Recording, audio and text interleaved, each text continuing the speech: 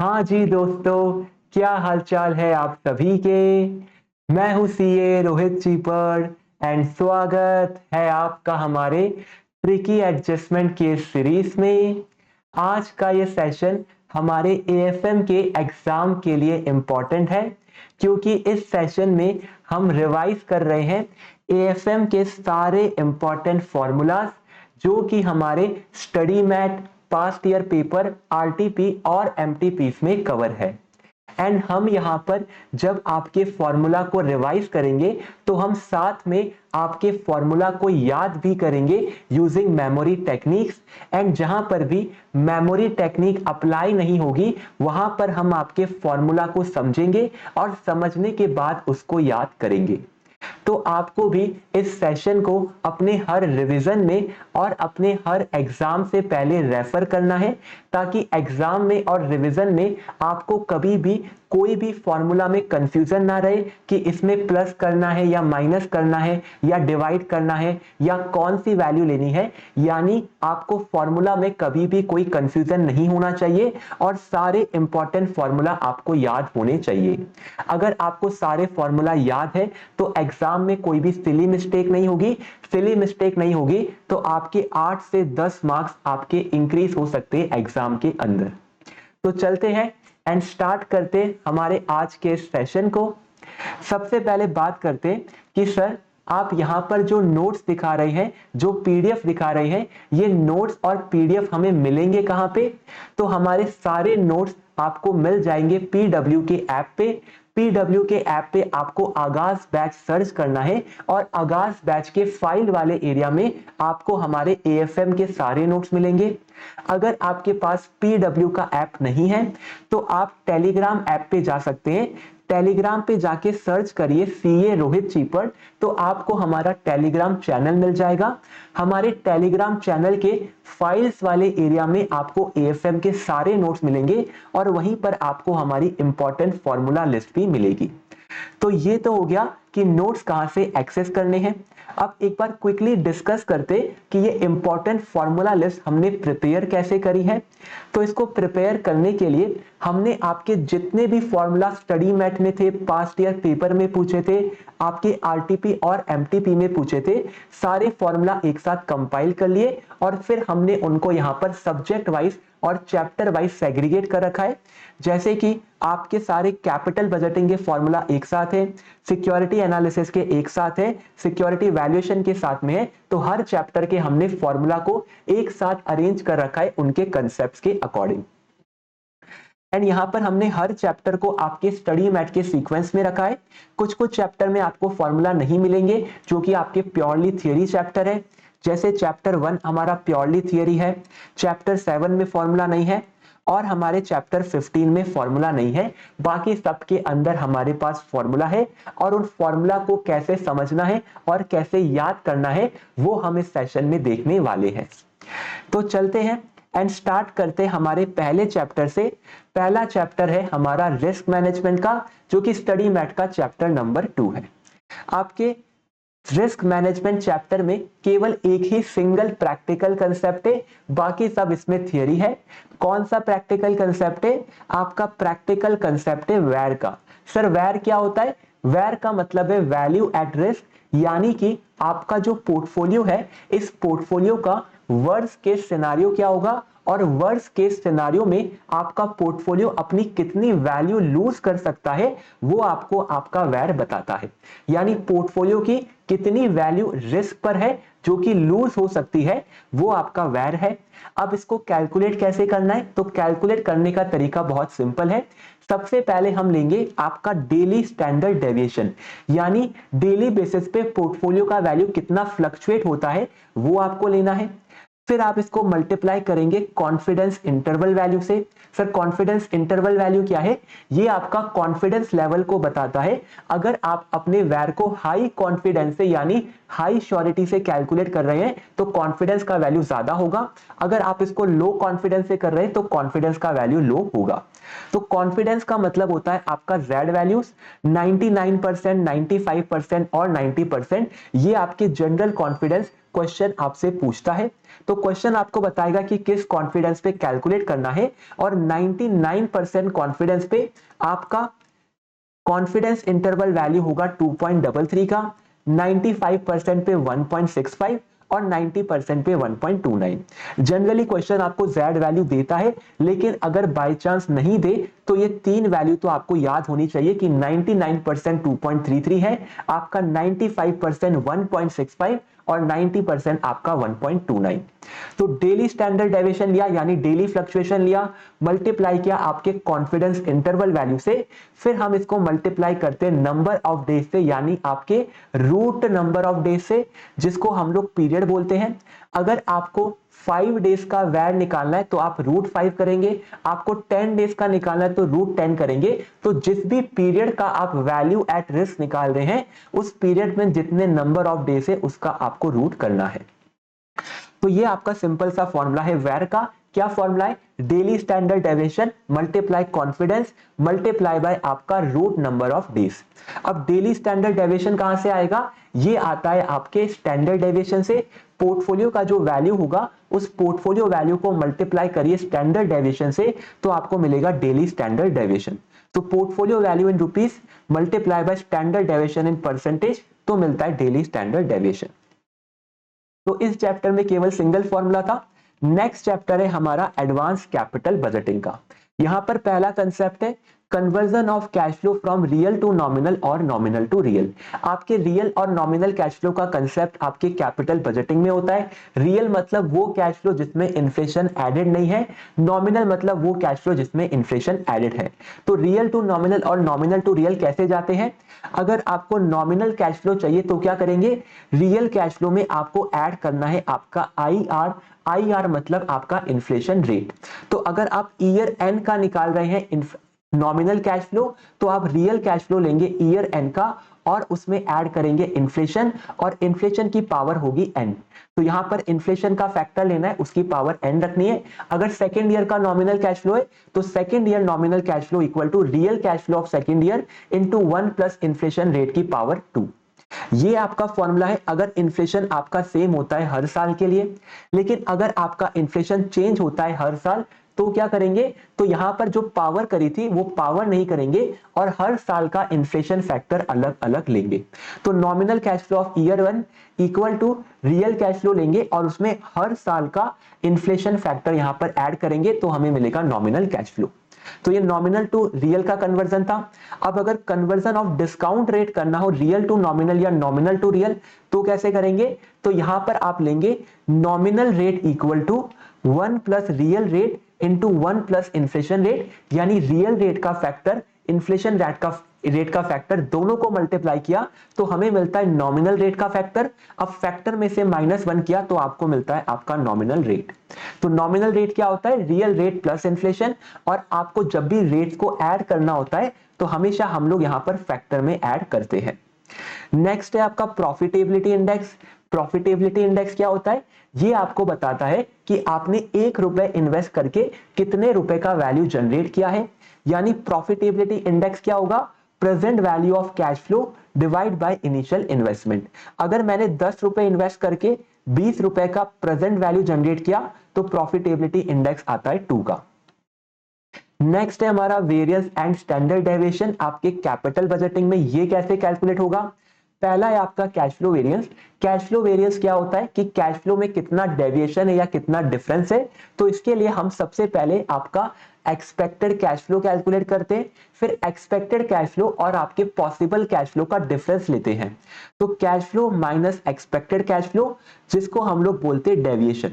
अब ये डेविएशन आपके पास आ गया। अब डेविएशन पॉजिटिव भी हो सकता है, नेगेटिव भी हो सकता है। तो पॉजिटिव नेगेटिव एक दूसरे को सेट ऑफ ना करे तो हम यहाँ पर डेविएशन का स्क्वायर करते हैं। डेविएशन का स्क्वायर करने से सारे के सारे डेविएशन पॉजिटिव हो जाएंगे। इसको मल्टीप्लाई करेंगे प्रोबेबिलिटी ऑफ कैश फ्लो से, यानी हर कैश फ्लो की प्रोबेबिलिटी से, और इसका हम करेंगे सिग्मा यानी कि सम। तो आपको डेविएशन ऑफ कैश फ्लो लेना है, जहां पर प्लस माइनस दोनों होगा। प्लस माइनस सेट ऑफ ना करे तो स्क्वायर करना है। डेविएशन ऑफ कैश फ्लो का स्क्वायर इनटू प्रोबेबिलिटी और इन सभी का सम करने पे कैश फ्लो वेरिएंस आएगा। अगर प्रोजेक्ट का वेरिएंस निकालना हो तो प्रोजेक्ट का वेरिएंस मतलब प्रोजेक्ट की एनपीवी का वेरिएंस, तो एनपीवी पे आपको वेरिएंस का कंसेप्ट निकालना है। तो आपको पॉसिबल एनपीवी में से एक्सपेक्टेड एनपीवी माइनस करना है, डेविएशन आएगा, डेविएशन पॉजिटिव नेगेटिव होता है तो स्क्वायर कर लेंगे, स्क्वायर करने के बाद इसको प्रोबेबिलिटी से मल्टीप्लाई करेंगे और इसका सम कर लेंगे तो हमें आपका प्रोजेक्ट की एनपीवी का वेरिएंस मिलता है। फिर है आपका standard deviation of cash flow. Standard deviation क्या होता है? वेरिएंस का अंडर रूट, तो जो ऊपर आपने वेरिएंस निकाला था उसका अंडर रूट कर लीजिए। Standard deviation of present value distribution, ये बहुत इंपॉर्टेंट है। ऊपर हमने बात किया था standard deviation of cash flow, अब हम बात कर रहे हैं प्रेजेंट वैल्यू डिस्ट्रीब्यूशन का। यहां पर क्या करते, यहां पर हम लोग आपके कैश फ्लोज का प्रेजेंट वैल्यू लेते, यानी हर साल के जो कैश फ्लो के वेरिएंस है उनका पीवी करना है। कैश फ्लो के वेरिएंस का पीवी कैसे होता है? तो cash flow variance of year 1 लेंगे, ईयर 2 लेंगे, ईयर 3 लेंगे, ऐसे करके ईयर एन तक लेंगे। फिर पीवी करने के लिए आपको लेना है 1 प्लस रेट की पावर 2n, यानी कि फर्स्ट ईयर के कैश फ्लो का पीवी करेंगे 1 प्लस रेट की पावर 2, सेकेंड ईयर के लिए 1 प्लस रेट की पावर 2 मल्टीप्लाई बाय 2 यानी कि 4, और एन ईयर के लिए 1 प्लस रेट की पावर 2n। जनरली पीवी में हम लोग ईयर को पावर लेते, लेकिन यहां पर पावर होगी 2 मल्टीप्लाई बाय ईयर। और ऐसा क्यों है सर? क्योंकि यहां पर आपका अंडर रूट पड़ा है ऊपर, तो जैसे अंडर रूट नीचे आएगा तो ये आपकी 2 की पावर 1/2 से मल्टीप्लाई होके वापस से नलीफाई हो जाती है। तो इसीलिए हम लोग जब standard deviation of PV distribution करते हैं तो हम आपके हर कैश फ्लो का वेरिएंस लेते हैं हर ईयर के, और उसका हम लोग प्रेजेंट वैल्यू करते हैं 1 प्लस रेट की पावर 2n से। फिर है आपका standard deviation of project NPV. Project NPV का एसडी करना है तो प्रोजेक्ट के वेरिएंस का अंडर रूट कर दीजिए। फिर है आपका कोएफिशिएंट ऑफ वेरिएशन। ये क्या होता है? ये आपको बताता है कि आपने 1% रिटर्न कमाने के लिए कितना परसेंट रिस्क लिया, यानी रिस्क डिवाइड बाय रिटर्न होता है कोएफिशिएंट ऑफ वेरिएशन। रिस्क का मतलब स्टैंडर्ड डेविएशन और रिटर्न का मतलब एक्सपेक्टेड रिटर्न, तो ये आपका कोएफिशिएंट ऑफ वेरिएशन का फॉर्मूला है। फिर होता है रिस्क एडजस्टेड डिस्काउंट रेट। इसका मतलब क्या है? इसका मतलब वो डिस्काउंटिंग रेट जिसमें आपने रिस्क को कंसीडर करा है। तो यहां पर क्या करते, यहां पर रिस्क फ्री रेट लेते और उसमें ऐड करते आपका रिस्क प्रीमियम, क्योंकि आप रिस्क ले रहे हैं तो रिस्क लेने की वजह से आपको एडिशनल रिटर्न चाहिए। तो risk free rate plus risk premium, ये होता है risk adjusted discount rate. Risk premium कैसे आता है? तो क्वेश्चन में आपको एक रिस्क इंडेक्स गिवन होता है, उस रिस्क इंडेक्स को मल्टीप्लाई करना है आपको रिस्क प्रीमियम से। तो minimum required return minus risk free rate, ये minimum required return of firm minus risk free rate, इसको मल्टीप्लाई करेंगे रिस्क इंडेक्स से तो हमें मिलेगा आपका रिस्क प्रीमियम। नेक्स्ट है हमारा सर्टेनिटी इक्विवेलेंट। ये क्या होता है? ये हमें बताता है कि हमारे जो टोटल कैश फ्लो हमें पॉसिबल लगता है, जो भी हमारे एक्सपेक्टेड कैश फ्लो है, उस एक्सपेक्टेड कैश फ्लो में से कितने कैश फ्लो की हमें सर्टेनिटी यानी कि गारंटी है। तो ये होता है certain cash flow divide by आपका रिस्की या फिर expected cash flow. Certain cash flow निकालना हो तो क्या करेंगे, ये रिस्की कैश फ्लो को मल्टीप्लाई कर दीजिए सर्टेनिटी इक्विवेलेंट से, तो मिलेगा सर्टेन कैश फ्लो, यानी ये गारंटेड कैश फ्लो आपको मिलने ही मिलने वाला है। Certainty equivalent coefficient of project, ये क्या होता है? आपके प्रोजेक्ट के अंदर हर ईयर का सर्टेनिटी इक्विवेलेंट अलग होता है, यानी हर ईयर के कैश फ्लो का सर्टेनिटी इक्विवेलेंट डिफरेंट है। अगर आपने हर ईयर का सर्टेनिटी इक्विवेलेंट का सम कर लिया तो आपको मिलता है certainty equivalent coefficient of project. तो sum of certainty equivalent of each year. अगर आपका सर्टेनिटी इक्विवेलेंट हायर है, यानी आपके पास हायर सर्टेनिटी है, हायर गारंटी है, तो आपकी रिस्क लो है। अगर आपकी लोअर सर्टेनिटी है यानी लोअर सर्टेनिटी इक्विवेलेंट है, तो आपकी रिस्क यहां पर हायर है। नेक्स्ट है आपका फॉर्मूला जो सेंसिटिविटी एनालिसिस में यूज होते हैं। पहला है एनपीवी। एनपीवी कैसे निकालते हैं? एनपीवी में आपको एनुअल कैश फ्लो का पीवी चाहिए, माइनस करते इनिशियल इन्वेस्टमेंट। तो annual cash flow into present value annuity factor, यानी अगर कैश फ्लो आपका मल्टीपल टाइम रिपीट होता है तो एन्युटी फैक्टर से मल्टीप्लाई करेंगे तो पीवी आएगा, माइनस इनिशियल इन्वेस्टमेंट करेंगे तो एनपीवी। एनुअल कैश फ्लो कैसे आता है? सिंपल सा लॉजिक है, आपके पास जो सेल प्राइस है उसमें से माइनस करिए वेरिएबल प्राइस, तो सेल प्राइस में से वेरिएबल प्राइस माइनस किया तो कंट्रीब्यूशन मिलता है। कंट्रीब्यूशन मतलब एक एडिशनल यूनिट सेल करने पे कितना एडिशनल इनकम होगी। तो sale price minus variable contribution आया, मल्टीप्लाई किया एनुअल सेल से तो आपका टोटल कंट्रीब्यूशन आया। कंट्रीब्यूशन में से फिक्स कॉस्ट माइनस करने पे एनुअल कैश फ्लो मिलता है। पीवी रेशियो क्या होता है? Profit volume ratio. ये आपको बताता है कि आपकी 100 रुपए की सेल में से कितना आपका कंट्रीब्यूशन है, यानी कितना आपका वेरिएबल प्रॉफिट है। तो sale value minus variable cost करते तो कंट्रीब्यूशन आता है, contribution divide by sale value करने पे पीवी रेशियो आता है। इसको निकालने का एक तरीका और है, अगर आपने एनुअल कैश फ्लो में फिक्स कॉस्ट ऐड कर दी तो आपको कंट्रीब्यूशन मिलता है, इसको डिवाइड कर दीजिए सेल वैल्यू से। कंट्रीब्यूशन पर यूनिट क्या है? Sale price per unit minus variable cost per unit. Break even unit कैसे निकालते? ये आपकी वो यूनिट्स है जब आपको ना ही प्रॉफिट होता है ना ही लॉस होता है, यानी आपका एनुअल कैश फ्लो यहां पर जीरो होगा। तो ये कब अचीव होता है? जब फिक्स कॉस्ट और कंट्रीब्यूशन बराबर हो। तो fix cost divide by contribution per unit, तो हमें मिलता है आपका ब्रेक इवन यूनिट्स। नेक्स्ट है effective annual cost. Effective annual cost आपको बताता है कि अगर आपकी कोई कॉस्ट आपके हर ईयर में डिफरेंट डिफरेंट अमाउंट पर इंकर हो रही है, तो आपकी कॉस्ट का जो प्रेजेंट वैल्यू होता है उसको हम लोग बोलते हैं इफेक्टिव एनुअल कॉस्ट। और ये जो आपका प्रेजेंट वैल्यू है इसको हमने हर ईयर पे अलोकेट किया है। तो present value of cash outflow, आपके जो भी कॉस्ट हो रही है उनका आपने पीवी कर लिया। अब इस पीवी को हमें हर साल पे अलोकेट करना है, तो अलोकेट करने के लिए हम लेते हैं प्रेजेंट वैल्यू एन्युटी फैक्टर। तो इफेक्टिव एनुअल कॉस्ट का formula PV of cash outflow divide by effective annual cost. फिर है एक्सपेक्टेड यूटिलिटी। ये क्या होता है? एक्सपेक्टेड यूटिलिटी बताता है कि आपको कितना सेटिस्फेक्शन है। तो सेटिस्फेक्शन कैसे कैलकुलेट होगा? तो हर कैश फ्लो के साथ आपको उसका सेटिस्फेक्शन लेवल होता है कि मेरी कंपनी ने अगर 100 रुपए कमाए तो मेरा सेटिस्फेक्शन 50 का है, मेरी कंपनी ने अगर 10 रुपए कमाए तो मेरा सेटिस्फेक्शन कम है 5 रुपए का है। तो इस तरह से सेटिस्फेक्शन डिफाइन होता है, जिसको हम लोग यूटिलिटी बोलते हैं। एक्सपेक्टेड यूटिलिटी निकालना हो तो आपके हर कैश फ्लो का आप लोग यूटिलिटी वैल्यू लेंगे, मल्टीप्लाई करेंगे प्रोबेबिलिटी से और इसका सम कर देंगे तो एक्सपेक्टेड यूटिलिटी मिलेगा। तो sum of utility value of cash flow into probability of cash flow. Pen की बैटरी थोड़ी लो हो गई है तो हम ट्राई करते हैं मैक्सिमम कवर कर ले, फिर एक ब्रेक ले लेंगे, बैटरी चार्ज हो जाएगी, फिर से कंटिन्यू करेंगे। नेक्स्ट है सिक्योरिटी एनालिसिस। यहां पर कौन कौन से फॉर्मूला है?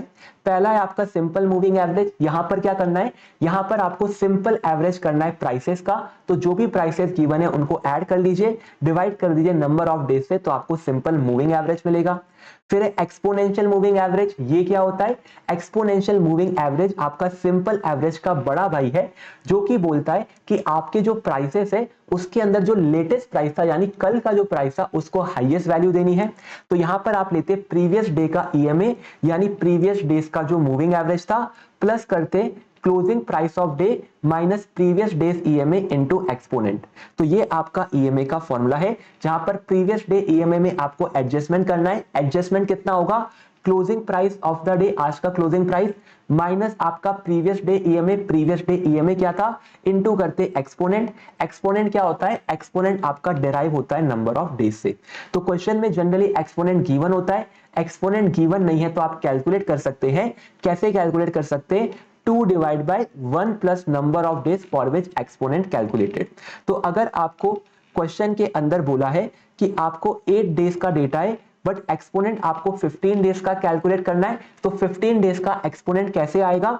2 डिवाइड बाय 15 प्लस 1, यानी 2 divide by 1 plus number of days, तो 2 डिवाइड बाय 16.125 आपका एक्सपोनेंट आएगा। तो ये ईएमए का कैलकुलेशन रहता है और एक्सपोनेंट का कैलकुलेशन रहता है। फिर आपका रन टेस्ट। रन टेस्ट क्या होता है? ये आपको बताता है कि आपके जो प्राइसेस है क्या वो रैंडमली मूव कर रहे हैं या फिर उनके अंदर कोई रिलेशनशिप है। तो यहां पर हम लोग रन टेस्ट में रैंडमनेस चेक करते हैं। सबसे पहले आपको हर साइन ऑफ क्लोजिंग चेक करना है, यानी कि आपके जो प्राइसेस है अगर वो इंक्रीज हुए तो आपको प्लस साइन बोलना है, अगर वो माइनस हुए तो आपको माइनस साइन बोलना है। तो प्राइस इंक्रीज तो आपका प्राइस इंक्रीज होता है प्रीवियस डे से तो प्लस साइन है, प्राइस अगर डिक्रीज होता है तो माइनस साइन। फिर आपको number of plus and minus sign calculate करने हैं। N1 का मतलब होगा पॉजिटिव चेंजेस, N2 का मतलब होगा नेगेटिव चेंजेस। ये काम होने के बाद अब आपको क्या करना है? अब आपको नंबर ऑफ रन भी कैलकुलेट करने होते हैं। नंबर ऑफ रन कैलकुलेट करें उससे पहले आपका एवरेज या फिर एक्सपेक्टेड नंबर ऑफ रन निकालेंगे। तो एक्सपेक्टेड नंबर ऑफ रन कैसे आता है? ये आपका मैथमेटिकल फॉर्मूला जो कि आपको याद करना होगा। 2 multiply by n1 multiply n2 divide n plus n divide n1 plus n2 plus 1। तो ये आपका फॉर्मूला है जो आपको ध्यान रखना है। n1 और n2 आपके पॉजिटिव और नेगेटिव चेंज है। तो पॉजिटिव और नेगेटिव चेंज को N1 N2 बोला है। जैसे आपके पास यहाँ पर एक्सपेक्टेड रन आ गया, यानी आपके पास म्यू आ गया, इस म्यू को यूज करके आप कैलकुलेट करेंगे स्टैंडर्ड डेविएशन। ये कैसे आएगा, तो इसका भी यहां पर फॉर्मूला है mathematical, mu minus one into mu minus two divide by N1 plus N2 minus one, और इसका अंडर रूट कर देंगे तो आएगा आपका स्टैंडर्ड डेविएशन। अंडर रूट आपको हमेशा ही करना होता है स्टैंडर्ड डेविएशन में, तो अंडर रूट तो आपको याद ही रहेगा। दूसरी चीज आप देखेंगे हर बार आपका N1 प्लस N2 तो डेनोमिनेटर में रहता ही रहता है, तो N1 प्लस N2 आपको हमेशा रखना है।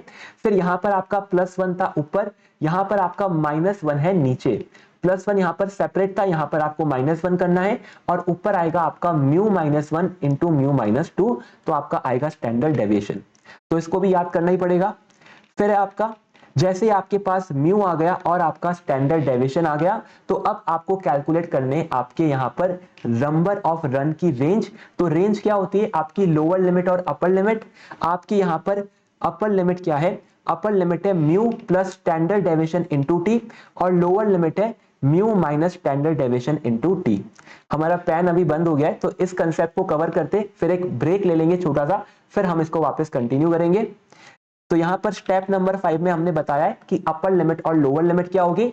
अपर लिमिट और लोअर लिमिट आने के बाद आपका फाइनल स्टेप क्या होता है, अब आपको चेक करना है कि क्या आपके जो नंबर ऑफ रन है वो इस रेंज के अंदर फॉल कर रहे हैं। अगर आपके नंबर ऑफ रन इस रेंज में फॉल कर रहे हैं, इसका मतलब आपकी जो प्राइस का मूवमेंट है वो रैंडम है, अगर फॉल नहीं कर रहे तो आपका रैंडम मूवमेंट नहीं है।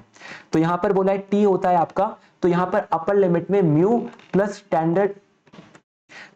स्टैंडर्ड डेविएशन इनटू टी करना है, और लोअर लिमिट में mu minus standard deviation into T. T क्या होगा, टी आपका कॉन्फिडेंस वैल्यू है, यानी लेवल ऑफ सिग्निफिकेंस है। इसका वैल्यू आपको क्वेश्चन में गिवन होगा कि टी आपको कितना लेना है, उस टी को यूज करके लोअर और अपर लिमिट आएगी। और लास्ट आपका स्टेप 6 है, जहां पर नंबर ऑफ रन कैलकुलेट जो आपने करे थे स्टेप 1 में, आपको चेक करना है कि या वो अपर और लोअर लिमिट में फॉल करते हैं। अगर वो फॉल करते, इसका मतलब वीक फॉर्म ऑफ एफिशिएंसी है, यानी आपके मार्केट प्राइसेस रैंडम है। तो ये आपका सिक्योरिटी एनालिसिस का चैप्टर था। नेक्स्ट है आपका सिक्योरिटी वैल्यूएशन का चैप्टर। इसको कंटिन्यू करें उससे पहले 1 मिनट का ब्रेक लेते, मैं फटाफट इसको चार्ज करता हूं, फिर हम कंटिन्यू करते। तो हमारा पेन चार्ज हो गया है, कंटिन्यू करते हैं। नेक्स्ट है आपका सिक्योरिटी वैल्यूएशन। यहां पर है आपका रिटर्न ऑन इक्विटी। ये कैसे कैलकुलेट होगा, तो रिटर्न ऑन इक्विटी के लिए आप अर्निंग लेंगे, अर्निंग को डिवाइड करेंगे बुक वैल्यू से, तो earning divide by book value. पर शेयर का डेटा है, तो earning per share divide by book value पर शेयर।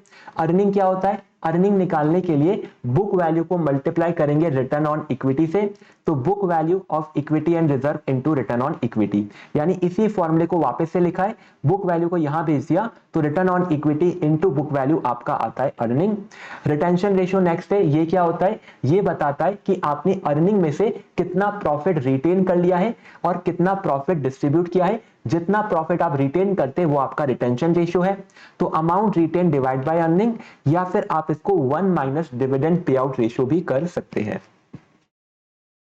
फिर आपका ग्रोथ क्या होता है, ग्रोथ का मतलब होता है कि जितना पैसा आपने रिटेन कराए, उस रिटेन करे हुए पैसे पे आपको कितना एडिशनल प्रॉफिट हुआ या कितना एडिशनल इनकम हुई है। तो इसके लिए हम लोग आपका रिटेंशन रेशियो लेते हैं, मल्टीप्लाई करते हैं उसको रिटर्न ऑन इक्विटी से, ताकि हमें पता लग सके कि जितना पैसा रिटेन कराए उसके ऊपर हमने और रिटर्न अर्न करा है, और जो एडिशनल रिटर्न अर्न करा है वही आपका ग्रोथ होता है। तो रिटर्न ऑन इक्विटी इनटू आपका रिटेंशन रेशियो आपको मिलता है ग्रोथ रेट। नेक्स्ट है आपका एक्सपेक्टेड या रिक्वायर्ड रेट ऑफ रिटर्न। सबसे पहला सीएपीएम अप्रोच। सीएपीएम क्या बोलता है, आपका रिक्वायर्ड रिटर्न है आपका रिस्क फ्री रेट प्लस आपका risk premium on security. Risk premium on security कैसे कैलकुलेट होगा, तो बीटा इंटू आपका मार्केट रिस्क प्रीमियम, जो कि होता है आरएम माइनस आरएफ। तो ये आपका कैपिटल एसेट प्राइसिंग मॉडल का फॉर्मूला है। नेक्स्ट है आपका डिविडेंड डिस्काउंट मॉडल। ये क्या बोलता है, ये बोलता है कि आपका जो रिक्वायर्ड रिटर्न है वो आपका जो भी आपको आपके स्टॉक से वैल्यू मिल रही है वही है। आपको आपके स्टॉक से क्या मिलता है, हमें डिविडेंड मिलता है, तो डिविडेंड डिवाइड बाय आपका प्राइस प्लस करेंगे ग्रोथ, तो हमें मिलता है आपका cost of equity as per dividend discount model. और इसी फॉर्मूले के थ्रू अगर आपको प्राइस निकालना हो तो प्राइस इक्वल टू होता है, इस प्राइस को यहां भेज दोगे आप, प्राइस को यहां पर अगर आपको इसी फॉर्मूले से प्राइस निकालना तो कैसे निकालेंगे? आपने बोला कॉस्ट ऑफ इक्विटी है D1 by P0 plus growth, इस ग्रोथ को प्लस को यहां भेज देते तो cost of equity minus growth हो गया ये। So cost of equity minus growth equal to D1 by P0, ये P0 को यहां भेज दिया और इस वैल्यू को नीचे भेज दिया तो आपका होता है P0 equal to D1 by K minus G. तो यही फॉर्मूला हमने बताया है कि P0 equal to D1 divide by K minus G. फिर आपका ईपीएस और अदर फॉर्मूले, ईपीएस का फॉर्मूला क्या होता है? Earning available for equity share holder divide by आपका टोटल नंबर ऑफ शेयर। तो जो भी अर्निंग आपके इक्विटी के लिए है या फिर जो प्रॉफिट आफ्टर टैक्स है जनरली वो इक्विटी के लिए होता है, तो उसको आपको डिवाइड करना है टोटल नंबर ऑफ शेयर से। फिर आपका turnover can be calculated from asset turnover ratio. कोई कोई क्वेश्चन में आपके ये रेशियो यूज हुए हैं तो हमने सारे रेशियो यहां पर एक साथ कंपाइल कर दिए हैं। एसेट टर्नओवर रेशियो क्या होता है? एसेट टर्नओवर रेशियो का मतलब है turnover divide by total asset. तो टर्नओवर को टोटल एसेट से डिवाइड किया, आपको मिलेगा एसेट टर्नओवर रेशियो। अगर टर्नओवर निकालना है तो क्या करेंगे? इस टोटल एसेट को यहां लेके आ जाइए, तो टोटल एसेट इनटू आपका एसेट टर्नओवर रेशियो, आपको मिलेगा टर्नओवर। नेक्स्ट है आपका ऑपरेटिंग एक्सपेंस।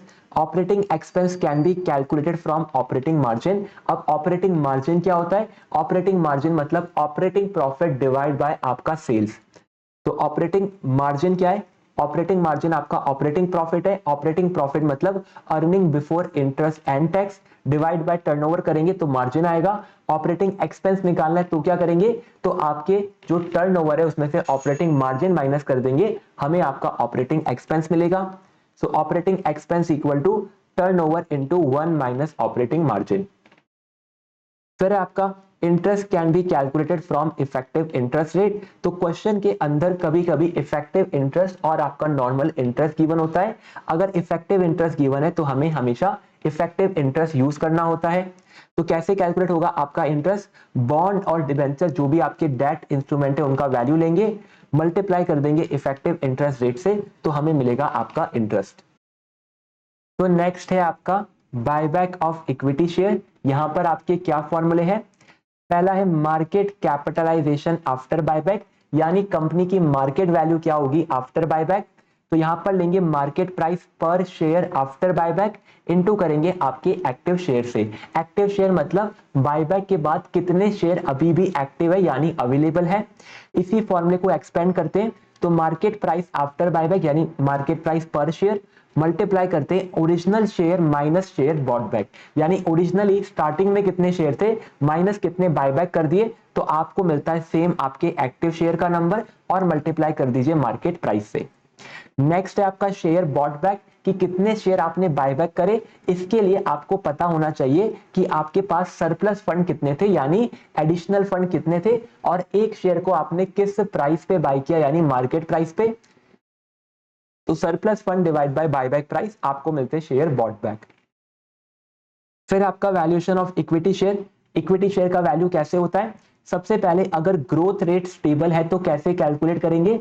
ग्रोथ रेट अगर आपकी स्टेबल है तो उस केस में आप कैलकुलेट करेंगे D1 इक्वल टू के माइनस जी, यानी नेक्स्ट ईयर का dividend divide by cost of equity minus growth. ये सेम फॉर्मूला जो हमने थोड़ी देर पहले ऊपर देखा था।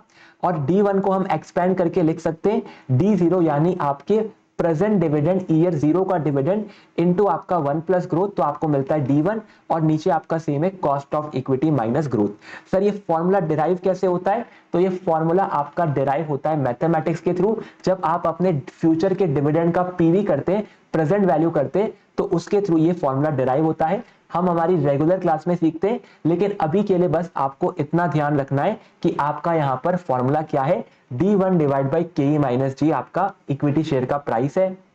अगर ग्रोथ आपकी 0 है तो जी को यहाँ पर 0 लिख दो, तो आपका प्राइस क्या बनता है? Dividend divide by cost of equity. फिर अगर ग्रोथ रेट आपकी चेंज होती है at the time of sale, अगर आपकी ग्रोथ रेट चेंज होती है तो हम क्या करेंगे? जब तक ग्रोथ रेट स्टेबल नहीं होती तब तक का डिविडेंड लिखेंगे और उस डिविडेंड का पीवी करेंगे। जैसे ही ग्रोथ रेट स्टेबल होती है तो उस दिन का हम लोग प्राइस कैलकुलेट करेंगे। तो D1 डिवाइड बाय 1 प्लस के, D2 डिवाइड बाय 1 प्लस के का स्क्वायर, हम लोग यहाँ पर आपका प्रेजेंट वैल्यू करते जा रहे हैं। ऐसे करते करते हम लोग DN तक जाएंगे यानी nth ईयर तक। nth ईयर का डिविडेंड और nth ईयर में आपका यहाँ पर ग्रोथ स्टेबल होगा, इसका हमने पीवी किया और nth ईयर का हमने यहाँ पर प्राइस कैलकुलेट किया। तो प्राइस जो आया आपका उसका भी हमने प्रेजेंट वैल्यू किया। सर ये प्राइस कैसे आया, प्राइस ऑफ nth ईयर कैसे आया, तो प्राइस ऑफ nth ईयर के लिए हमने आपका सेम फॉर्मूला अप्लाई किया d1 डिवाइड बाई के माइनस जी का। तो प्राइस n क्या होगा, dn+1 डिवाइड बाई के माइनस जी। तो सेम चीज यहां पर भी आपको बताई है कि किस तरह से आप यहां पर अपना प्रेजेंट वैल्यू कर सकते हैं।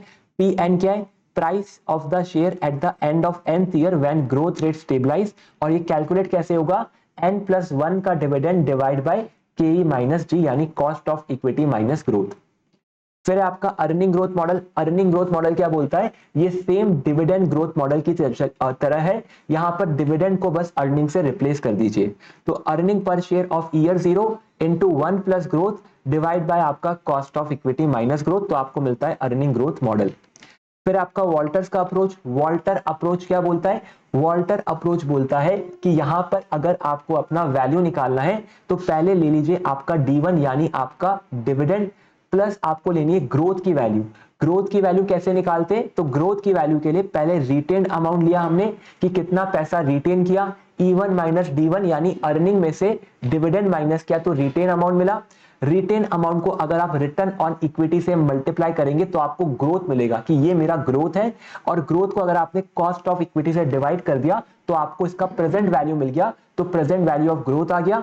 Dividend plus present value of growth, इसको डिवाइड कर दीजिए कॉस्ट ऑफ इक्विटी से, तो आपको प्राइस मिलता है। तो ये आपके वॉल्टर्स अप्रोच है। क्या फॉर्मूला है, D1 में ऐड करेंगे आपका अमाउंट रिटेन यानी E1 minus D1, E1 minus D1 को मल्टीप्लाई करते हैं रिटर्न ऑन इक्विटी से ताकि ग्रोथ का वैल्यू आए, और ग्रोथ के वैल्यू का पीवी करने के लिए कॉस्ट ऑफ इक्विटी से डिवाइड करते हैं, और फिर पूरे के पूरे वैल्यू को कॉस्ट ऑफ इक्विटी से डिवाइड करते हैं ताकि हमें आज का प्राइस मिल सके।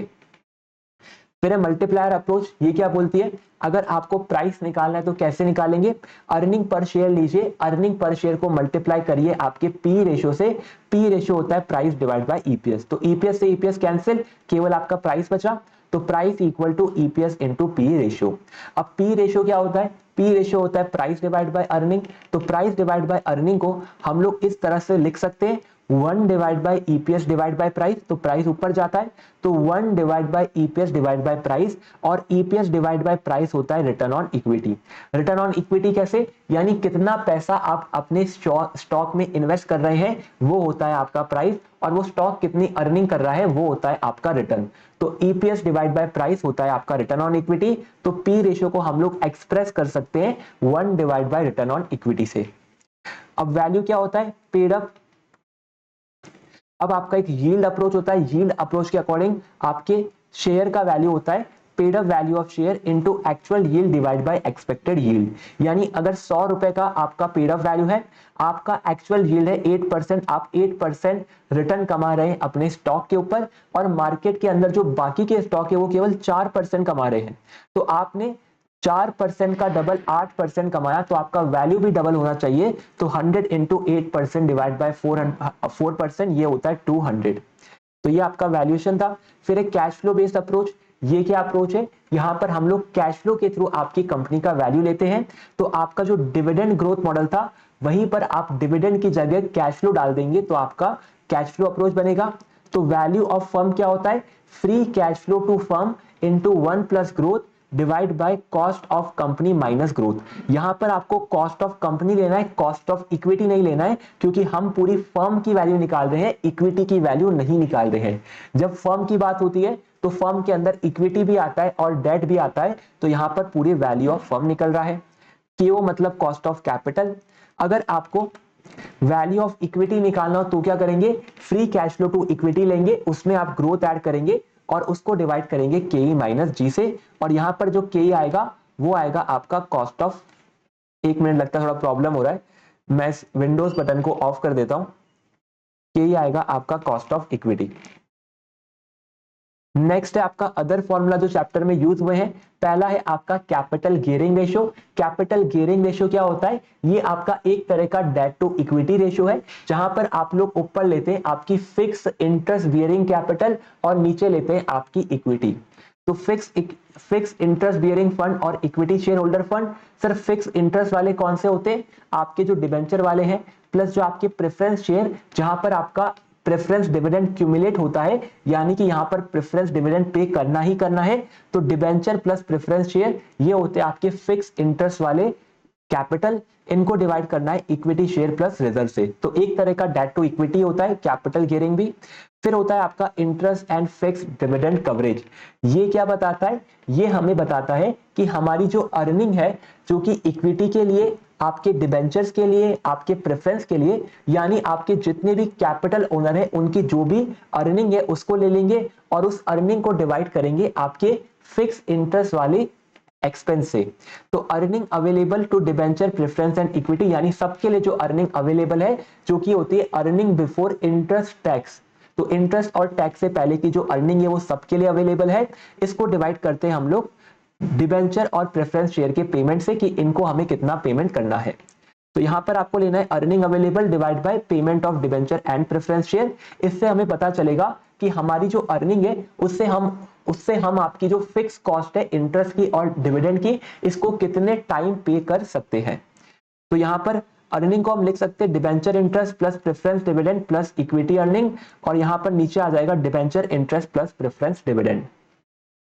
Interest and fix dividend coverage, तो इसको हम लोग ऐसे भी लिख सकते हैं debenture interest plus profit after tax. तो डिबेंचर का इंटरेस्ट हो गया डिबेंचर की अर्निंग, प्रॉफिट आफ्टर टैक्स में आपका इक्विटी और प्रेफरेंस शेयर दोनों का हक होता है, तो ये इन दोनों की अर्निंग आ गई। डिवाइड करते हैं डिबेंचर इंटरेस्ट प्लस आपके प्रेफरेंस डिविडेंड से, तो ये आपके interest and fix dividend coverage ratio है। नेक्स्ट है आपका राइट वैल्यूएशन। राइट वैल्यूएशन कैसे होता है? तो price of share after right issue, right issue होने के बाद प्राइस क्या होगा? सिंपल सा तरीका है, राइट से पहले का प्राइस क्या था, यानी existing market price into existing number of share, plus इसमें ऐड करिए कि कितना नया पैसा आपने रेज करा, तो right issue price into number of right share. तो पुरानी वैल्यू में नया वैल्यू ऐड किया तो टोटल वैल्यू आ गया, टोटल वैल्यू को डिवाइड करिए टोटल नंबर ऑफ शेयर से, तो आपको आपका प्राइस मिल जाएगा आफ्टर राइट। तो existing number of share divide by number of right share, तो ये एग्जिस्टिंग थे, ये आपके नए शेयर थे। कंसेप्ट या मेमोरी ट्रिक क्या है? हमने एग्जिस्टिंग वैल्यू में नई वैल्यू यानी नए फंड ऐड करे और डिवाइड में भी एग्जिस्टिंग शेयर में नए शेयर ऐड करे। तो ये आता है आपका value after right issue. Value of right क्या होता है? वैल्यू ऑफ राइट है आपका price after right issue minus right issue price, यानी कि अगर कोई स्टॉक का वैल्यू आफ्टर राइट इशू हो जाता है 20 का, और राइट इशू प्राइस यानी कंपनी ने उनको राइट इशू सेल किया था 10 रुपीज में, तो यहां पर उनका वैल्यू क्या हो गया? 10 रुपीज उनका वैल्यू हो गया, क्योंकि 10 रुपीज में आपने राइट खरीदा और राइट खरीदते ही उसका वैल्यू हो गया 20 रुपीज, तो यहां पर 10 रुपीज का जो प्रॉफिट है वो आपका वैल्यू ऑफ राइट होता है। वैल्यू ऑफ राइट पर ओरिजिनल शेयर, अगर आपको हर ओरिजिनल शेयर पर इसको डिस्ट्रीब्यूट करना हो, तो अगर आपको एक राइट 5 शेयर पे मिला है तो 10 डिवाइड बाय 5 कर देंगे, तो 2 रुपीज आपका वैल्यू ऑफ राइट पर ओरिजिनल शेयर होता है। तो वैल्यू ऑफ राइट को डिवाइड करना है number of original share required to buy one right share, या फिर आप एग्जिस्टिंग मार्केट प्राइस में से आपका जो एक्स राइट प्राइस है वो भी माइनस करके कैलकुलेट कर सकते हैं।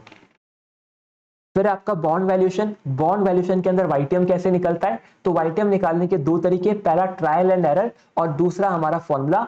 हमेशा हम लोग फॉर्मूला वाला मेथड प्रेफर करेंगे।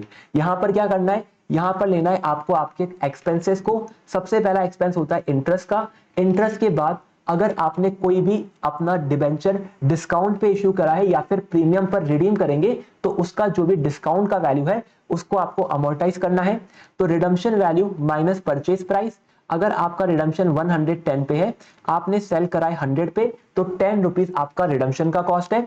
इसको आप लोग स्प्रेड करेंगे आपकी मैच्योरिटी पे, तो 110 माइनस 100, मैच्योरिटी मान लेते आपकी है 10 ईयर की, तो 10 डिवाइड बाय 10 1 रुपीज की कॉस्ट आपकी एनुअल रहेगी, जो कि आपको ऐड करनी है।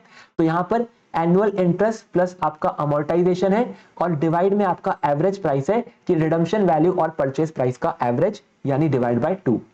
तो ये आपका वाईटीएम कैलकुलेट करने का तरीका है। वैल्यू ऑफ बॉन्ड क्या होता है? Present value of future cash flow from bond. Bond से जो भी कैश फ्लो आ रहा है उसका पीवी कर लीजिए। तो कर लेते हैं सर। वैल्यू ऑफ बॉन्ड होता है आपको जब जब इंटरेस्ट मिल रहा है, तो एन ईयर तक इंटरेस्ट मिल रहा है, तो एन ईयर तक के इंटरेस्ट को हम लोग यहाँ पर डिस्काउंट कर रहे हैं। आपके डिबेंचर के अंदर इंटरेस्ट का वैल्यू सेम होता है, तो हर साल यहाँ पर इंटरेस्ट सेम रहेगा।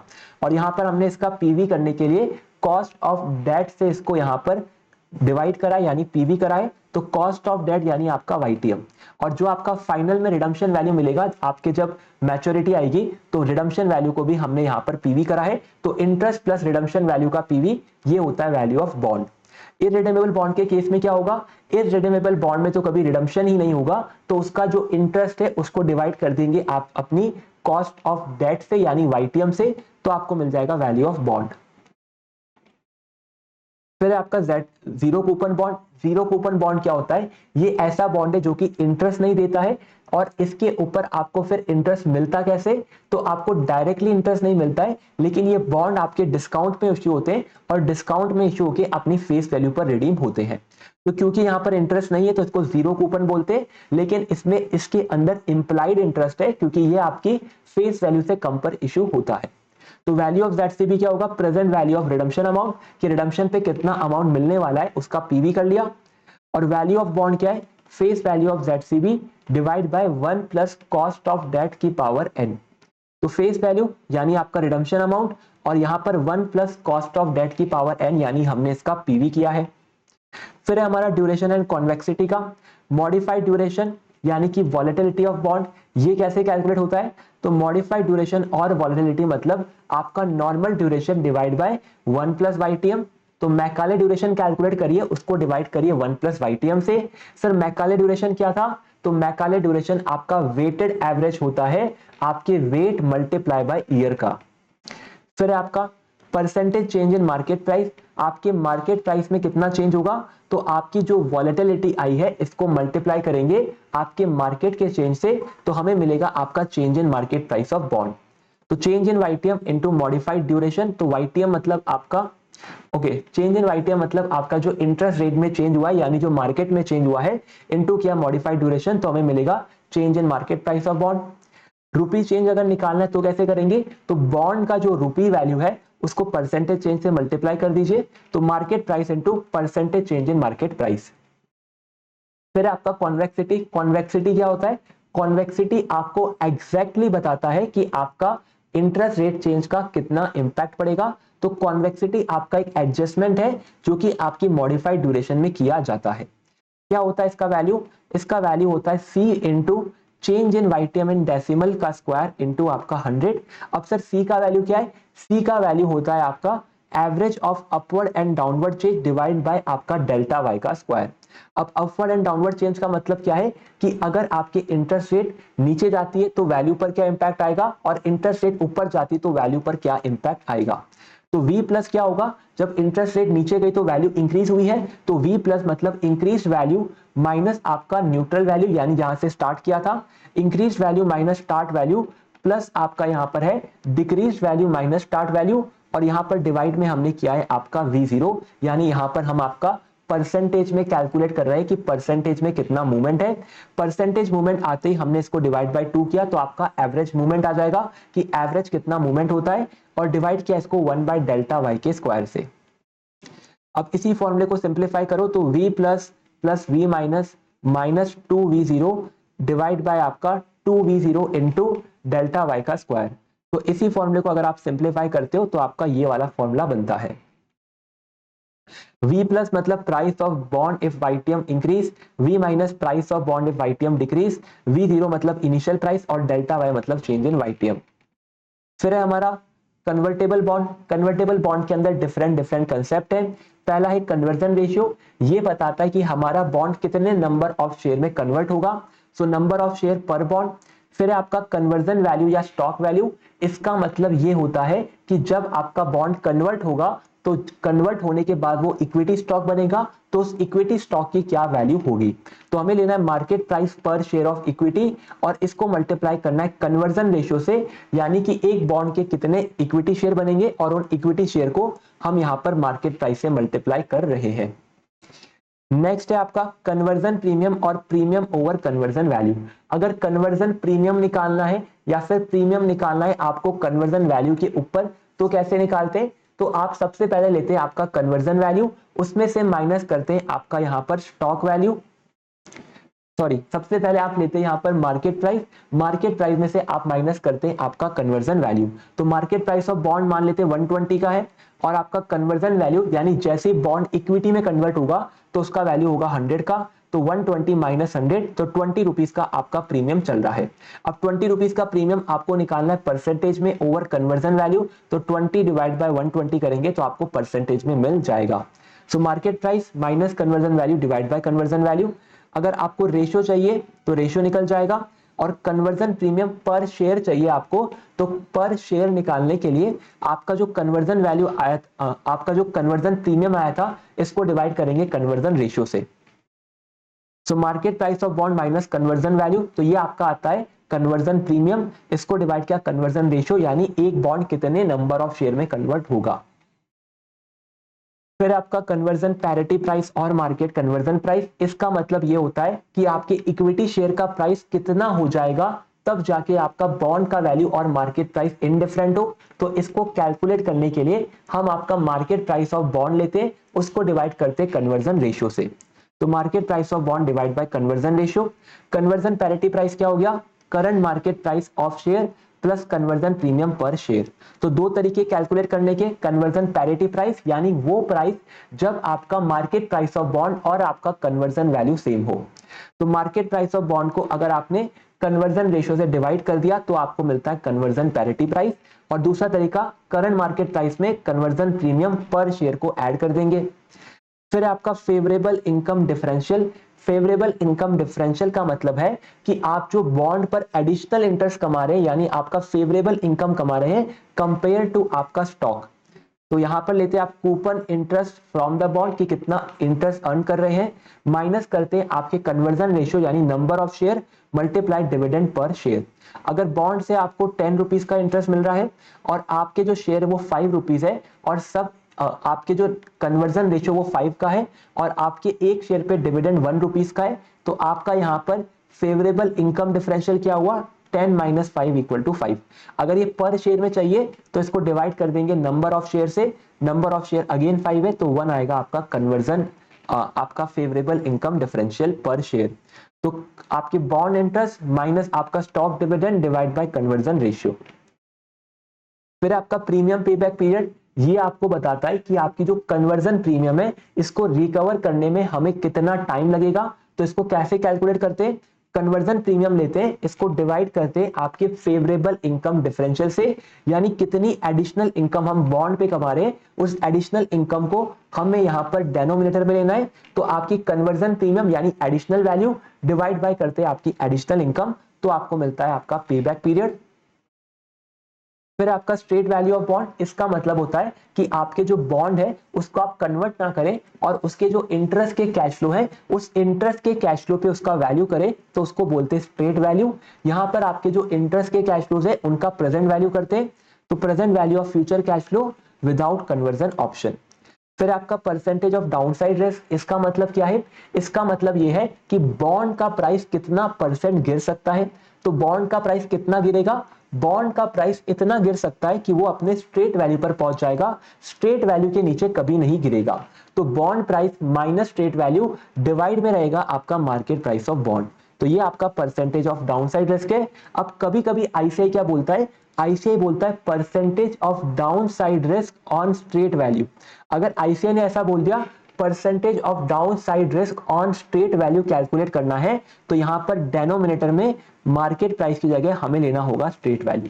तो market price minus straight value, ये तो आपका डाउनसाइड हो गया कि इतना आपका स्टॉक गिर सकता है। इसको डिवाइड करते हैं एक बेस से, जो कि बेस डिसाइड होता है आपके रिक्वायरमेंट से। तो आइडियली आपको मार्केट प्राइस ही यूज करना है, लेकिन क्वेश्चन बोल दे कि आपको आपका स्ट्रेट वैल्यू यूज करना है, तो हम लोग स्ट्रेट वैल्यू से कैलकुलेट करेंगे।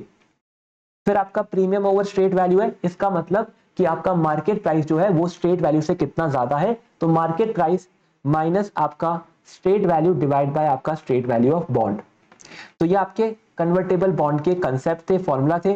नेक्स्ट है आपका money market instrument. Money market instrument में आप अपना यील्ड कैसे निकालते, बहुत ही सिंपल है। मनी मार्केट इंस्ट्रूमेंट हमेशा आपके डिस्काउंट में इश्यू होते हैं, तो आप क्या करेंगे, उनका जो रिडम्पशन वैल्यू यानी फेस वैल्यू है, फेस वैल्यू में से इश्यू प्राइस माइनस करेंगे, तो आपका रिटर्न आएगा।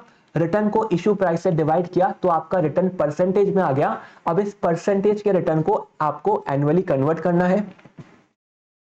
तो एनुअल कन्वर्ट करने के लिए 365 डिवाइड करेंगे एक्चुअल डेज टू मैच्योरिटी से, तो आपका ये एनुअल कन्वर्ट हो जाएगा यील्ड का। फिर आपका repurchase option and reverse repurchase agreement, repo और रिवर्स रेपो का कंसेप्ट। यहां पर आपका क्लीन प्राइस होता है। क्लीन प्राइस का मतलब क्या है? ये आपका वो प्राइस है आपके बॉन्ड का जिसके अंदर कोई भी अक्रूड इंटरेस्ट एडेड नहीं है। तो price of bond eight the time when last interest is paid, तो जब लास्ट इंटरेस्ट पे हुआ था, इंटरेस्ट पेमेंट होने के बाद बॉन्ड के प्राइस में अब कुछ इंटरेस्ट नहीं बचा है, तो वो होता है आपका क्लीन प्राइस। यानी market price minus accrued interest करने पे आपको क्लीन प्राइस ऑफ बॉन्ड मिलता है। डर्टी प्राइस क्या है? डर्टी प्राइस मतलब वो प्राइस जिसके अंदर आपका अक्रूड इंटरेस्ट एडेड है। तो क्लीन प्राइस में अगर अक्रूड इंटरेस्ट ऐड कर दिया तो आपको मिलेगा डर्टी प्राइस। अक्रूड इंटरेस्ट क्या होता है? अक्रूड इंटरेस्ट मतलब आपका जो फेस वैल्यू ऑफ बॉन्ड है उसको आप मल्टीप्लाई करते इंटरेस्ट रेट, मल्टीप्लाई करते आपके अक्रूड डेज से, तो आपको मिलता है आपका अक्रूड इंटरेस्ट। तो ये आपका फॉर्मूला है आपके रेपो और रिवर्स रेपो के कंसेप्ट के। नेक्स्ट है हमारा पोर्टफोलियो मैनेजमेंट का चैप्टर। फटाफट से इसके फॉर्मूले भी रिवाइज कर लेते हैं। सबसे पहला रिटर्न। रिटर्न क्या होता है? आपका dividend plus capital appreciation. Dividend को हम लोग बोलते हैं D1 प्लस कैपिटल एप्रिसिएशन आता है ईयर एंड का प्राइस माइनस ईयर बिगनिंग का, तो P1 minus P0 divide by P0 into 100, ये होता है आपका रिटर्न। फिर होता है एक्सपेक्टेड रिटर्न। ये कैसे निकलता है? एक्सपेक्टेड रिटर्न के लिए आपके जो पॉसिबल रिटर्न है इनको प्रोबेबिलिटी से मल्टीप्लाई करके आपको सम करना है, यानी सिग्मा px, तो मिलता है एक्सपेक्टेड रिटर्न। p मतलब प्रोबेबिलिटी, x मतलब पॉसिबल रिटर्न। एवरेज क्या होता है? एवरेज होता है आपके जो हर साल के रिटर्न है उनका सम कर लो, डिवाइड बाय n करो, तो आपको मिलेगा एवरेज। फिर आता है आपका वेरिएंस। वेरिएंस सेम फॉर्मूला जो एडवांस कैपिटल बजटिंग में देखा था। यहां पर आप लेंगे आपके पॉसिबल रिटर्न, पॉसिबल में से एक्सपेक्टेड वैल्यू माइनस करेंगे तो आपको डेविएशन मिलेगा। अब डेविएशन पॉजिटिव नेगेटिव दोनों होता है, तो उसका स्क्वायर कर लिया ताकि आपके सब पॉजिटिव हो जाए, और स्क्वायर को मल्टीप्लाई किया प्रोबेबिलिटी से, तो आपको यहां पर मिलता है आपका वेरिएशन, और इसका सम करते आपका आ जाएगा वेरिएंस। तो डेविएशन का स्क्वायर इनटू प्रोबेबिलिटी, इसका आपको सम करना है तो आपको मिलेगा आपका वेरिएंस। और अगर आपका हिस्टोरिकल डेटा है मतलब प्रोबेबिलिटी गिवन नहीं है, तब क्या करेंगे? तब आप यहां पर डेविएशन कैलकुलेट करेंगे, डेविएशन का आप सम कर लेंगे और उसको डिवाइड करेंगे n से। फिर नेक्स्ट है आपका स्टैंडर्ड डेविएशन। स्टैंडर्ड डेविएशन क्या होता है? ऊपर जो वेरिएंस कैलकुलेट किया इसका अंडर रूट हो गया, ये आपका हिस्टोरिकल का वेरिएंस था, तो हिस्टोरिकल वेरिएंस का अंडर रूट, और ये आपके प्रोबेबिलिटी वाले वेरिएंस का अंडर रूट। फिर हमारा कोवेरिएंस है। कोवेरिएंस क्या होता है? ये हमारे दो स्टॉक के बीच का रिलेशनशिप है, तो हमें यहां पर दोनों स्टॉक के बीच का डेविएशन चाहिए, जिसको हम जॉइंट डेविएशन बोलते हैं। तो स्टॉक एक्स का डेविएशन, स्टॉक वाई का डेविएशन, उनके एक्सपेक्टेड वैल्यू से ये जॉइंट डेविएशन का सम करेंगे, डिवाइड करेंगे नंबर ऑफ ईयर से, तो हमें मिलता है आपका कोवेरिएंस। क्वेश्चन अगर प्रोबेबिलिटी वाला है तब क्या करना है? तो आपको लेना है जॉइंट डेविएशन, मल्टीप्लाई करना है प्रोबेबिलिटी से, तो आपको मिलेगा कोवेरिएंस। कोवेरिएंस ए बी निकालने का एक और तरीका है कोरिलेशन से। तो स्टैंडर्ड डेविएशन है, standard deviation B into correlation A B. इसके बाद एक तरीका और है बीटा के थ्रू, यहां पर लेते बीटा ए बीटा बी और आपका मार्केट का वेरिएंस। फिर आता है कोरिलेशन। ये कैसे निकलता है? कोवेरिएंस को डिवाइड करते हैं स्टैंडर्ड डेविएशन ए और स्टैंडर्ड डेविएशन बी से। तो कोरिलेशन निकालने के लिए कोवेरिएंस लेंगे स्टॉक ए और बी का, डिवाइड करेंगे standard deviation a standard deviation B से। फिर आपका कोरिलेशन निकालने का दूसरा फॉर्मूला, यहां पर आपने कोवेरिएंस ए बी लिखा, इसको आप लोग बीटा के फॉर्म में लिख सकते हैं, यानी ये वाला फॉर्मूला। तो beta A beta B into market variance, divide में ले लेंगे स्टैंडर्ड डेविएशन ए और स्टैंडर्ड डेविएशन बी। फिर अगर आपको कोरिलेशन निकालना हो स्टॉक ए और बी का, क्वेश्चन में गिवन है कोरिलेशन स्टॉक ए का मार्केट के साथ, स्टॉक बी का मार्केट के साथ, तो इन दोनों को अगर आप मल्टीप्लाई करेंगे आपके स्टॉक और मार्केट के कोरिलेशन को, तो आपको मिल जाएगा कोरिलेशन बिटवीन द स्टॉक्स। फिर हमारा कोएफिशिएंट ऑफ डिटरमिनेशन है। ये क्या होता है? ये आपके कोरिलेशन का स्क्वायर है। और क्या होता है सर? ये आपको बताता है कि टोटल रिस्क में से कितनी परसेंट रिस्क आपकी सिस्टमैटिक है, यानी वो रिस्क जो कि पूरे मार्केट को इंपैक्ट करती है। तो ये आपका systematic risk by total risk है, या फिर आप इसको square of coefficient of correlation कर सकते हैं। नेक्स्ट वापस से आपका कोफिशिएंट ऑफ वेरिएशन है, ये क्या बताता है कि आपने 1% रिटर्न के लिए कितना परसेंट रिस्क लिया, तो return divide by risk, standard deviation divide by expected return. एक मिनट चार्जर प्लग कर लेते हैं। फिर आपका बीटा का, बीटा कैसे निकलता है, बीटा के दो तरीके होते हैं, आपका कोरिलेशन मेथड और रिग्रेशन मेथड। ये हमारा कोरिलेशन मेथड है जहां पर कोवेरिएंस को डिवाइड करते हैं मार्केट वेरिएंस से। आप चाहे तो कोवेरिएंस को एक्सपेंड करके लिख सकते हैं correlation between security and market, standard deviation x standard deviation market. यहां पर स्टैंडर्ड डेविएशन मार्केट से स्क्वायर कैंसिल, तो ये भी आपका बीटा का एक फॉर्मूला बन के आता है। तो ये बीटा का फॉर्मूला था। नेक्स्ट है हमारा पोर्टफोलियो रिस्क। पोर्टफोलियो रिस्क में क्या है, आपका टोटल रिस्क होता है systematic plus unsystematic. Systematic calculate करने के लिए बीटा ऑफ स्टॉक का square into variance of market, और सिस्टमैटिक रिस्क पोर्टफोलियो का लेना है तो पोर्टफोलियो के बीटा का स्क्वायर इनटू आपका वेरिएंस ऑफ मार्केट। फिर आपका अनसिस्टमैटिक रिस्क है स्टॉक का। स्टॉक का अनसिस्टमैटिक रिस्क कैसे आएगा, टोटल रिस्क में से सिस्टमैटिक माइनस करेंगे तो टोटल माइनस सिस्टमैटिक। और अगर पोर्टफोलियो का अनसिस्टमैटिक चाहिए तो आप यहां पर वेट स्क्वायर वाला एवरेज कर सकते हैं, तो वेट स्क्वायर इनटू आपका unsystematic risk of X, weight square Y into unsystematic risk of Y. तो ये आपका अनसिस्टमैटिक रिस्क के फॉर्मूले हैं। यहां पर W X W Y weight है और एरर टर्म एक्स और एरर टर्म वाई आपकी अनसिस्टमैटिक रिस्क है। अब नेक्स्ट है पोर्टफोलियो वेरिएंस। पोर्टफोलियो वेरिएंस कैसे निकलता है, मार्कोविट्स के मॉडल के थ्रू। तो यहां पर आप लोग यूज करते हैं a प्लस बी का होल स्क्वायर का फॉर्मूला। a प्लस बी का होल स्क्वायर क्या होता है, a square plus B square plus 2ab। तो यहां पर हम करते हैं a स्क्वायर, तो वेट स्क्वायर है इंटू स्टैंडर्ड डेविएशन a का स्क्वायर, ये होता है a स्क्वायर। फिर बी स्क्वायर यानी weight square B into standard deviation b का स्क्वायर, प्लस करते 2ab, तो 2ab क्या है, 2 इंटू वेट ए वेट बी, स्टैंडर्ड डेविएशन है स्टैंडर्ड डेविएशन बी, और फाइनल इसको मल्टीप्लाई करते हैं कोरिलेशन ए बी से। तो ये आपका पोर्टफोलियो वेरिएंस का तरीका है। याद कैसे करना है, ए प्लस बी के होल स्क्वायर के फॉर्मूले से। अब ये जो आपका था स्टैंडर्ड डेविएशन है standard deviation B into correlation A B, इसको हम लोग कोवेरिएंस लिख सकते हैं क्योंकि कोवेरिएंस का फॉर्मूला भी यही होता है। और हम चाहें तो इसको बीटा की फॉर्म में भी लिख सकते हैं कि बीटा ए बीटा बी और आपका मार्केट का वेरिएंस, ये मार्केट का वेरिएंस होगा, इसको नोट कर लीजिए। तो आपके पास ये मार्केट का एसडी नहीं है, यहां पर एक स्क्वायर बना लीजिए तब जाके ये करेक्ट हो जाएगा। फिर है आपका beta of portfolio. Portfolio beta कैसे निकलता है, ये होता है आपका वेटेड एवरेज, तो wait of individual security into beta of security, तो आपको मिलता है आपका पोर्टफोलियो बीटा। फिर आपका सीएपीएम, सीएपीएम तो अभी देखा था हमने, risk free rate plus beta into RM minus RF. आपकी कैरेक्टरिस्टिक्स लाइन है, ये क्या बताती है, ये सिक्योरिटी और मार्केट के बीच का रिलेशनशिप है। तो सिक्योरिटी का रिटर्न होता है alpha plus beta into market return.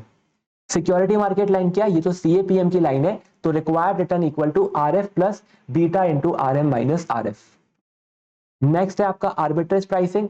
Arbitrage pricing theory बोलती है कि बीटा के अलावा भी मल्टीपल फैक्टर्स है जो कि रिक्वायर्ड रिटर्न को इंपैक्ट करते हैं, तो इन हर फैक्टर को आपको कंसिडर करना है, इनकी सेंसिटिविटी लेनी है और इनकी रिस्क प्रीमियम लेनी है। तो इसके अकॉर्डिंग आर्बिट्रेज प्राइसिंग थियरी के अकॉर्डिंग रिक्वायर्ड रिटर्न होता है आपका रिस्क फ्री रेट प्लस आपका factor risk premium into beta 1 यानी उस फैक्टर का बीटा, फिर factor risk premium 2 into beta 2। तो इस तरह से जितने भी आपके एप्लीकेबल फैक्टर है उन फैक्टर की रिस्क प्रीमियम को बीटा से मल्टीप्लाई करेंगे, तब जाके आपको सिक्योरिटी रिस्क प्रीमियम मिलेगा, और सिक्योरिटी रिस्क प्रीमियम को हम लोग आरएफ में ऐड कर सकते हैं। बीटा मतलब सेंसिटिविटी, एफआरपी मतलब आपका फैक्टर रिस्क प्रीमियम। अगर पूरे पोर्टफोलियो का फैक्टर सेंसिटिविटी चाहिए तो क्या करेंगे, तो यहां पर भी वेटेड एवरेज करेंगे, यानी weight of individual security into आपका factor risk premium of the security. तो वेट 1 बीटा 1 वेट 2 बीटा 2, इस तरह से करते करते आपको फैक्टर सेंसिटिविटी मिल जाएगा पोर्टफोलियो का। फिर हमारा शार्प रेशियो है। शार्प रेशियो क्या बताता है कि आपने 1% रिस्क लेके कितना परसेंट एक्सेस रिटर्न कमाया। एक्सेस रिटर्न मतलब stock return minus risk free, तो R X minus R F divide by standard deviation, यानी 1% रिस्क पे कितना परसेंट एडिशनल रिटर्न है। ट्रेनर क्या बताता है, ट्रेनर बोलता है कि आपने 1% सिस्टमैटिक रिस्क पे कितना परसेंट एडिशनल रिटर्न कमाया। तो यहां पर भी R X minus R F है, लेकिन डिवाइड के अंदर बीटा है जो कि सिस्टमैटिक रिस्क का इंडिकेटर है। फिर है आपका अल्फा। अल्फा क्या होता है, आपके एक्चुअल रिटर्न और आपके सीएपीएम के रिटर्न का डिफरेंस। तो एक्चुअल रिटर्न और आपका एक्सपेक्टेड रिटर्न एज पर सीएपीएम, इसके डिफरेंस को अल्फा बोलते हैं। अल्फा अगर पॉजिटिव है यानी आपने एक्स्ट्रा रिटर्न कमाया है आपके सीएपीएम से, आपका स्टॉक अंडर वैल्यू है, आपको बाय करना चाहिए। और इसका उल्टा होता है यानी एक्चुअल रिटर्न कम है और आपका एक्सपेक्टेड रिटर्न ज्यादा था, अल्फा नेगेटिव है, तो आपका स्टॉक अच्छा नहीं है, ओवर वैल्यू है, उसको आपको सेल करना चाहिए। फिर है हमारा मिनिमम रिस्क या फिर मिनिमम वेरिएंस पोर्टफोलियो। अगर आपके पास केवल 2 स्टॉक है तो 2 स्टॉक में कैसे बनाते हैं, तो 2 स्टॉक के लिए आपका वेट ऑफ फर्स्ट स्टॉक यानी वेट ऑफ स्टॉक ए होगा आपका वेरिएंस ऑफ स्टॉक बी यानी दूसरे का वेरिएंस माइनस को वेरिएंस दोनों का, डिवाइड में आपका दोनों का variance, variance of A variance of B minus 2 को वेरिएंस ए बी। तो ये आपका वेट कैलकुलेट करने का तरीका है।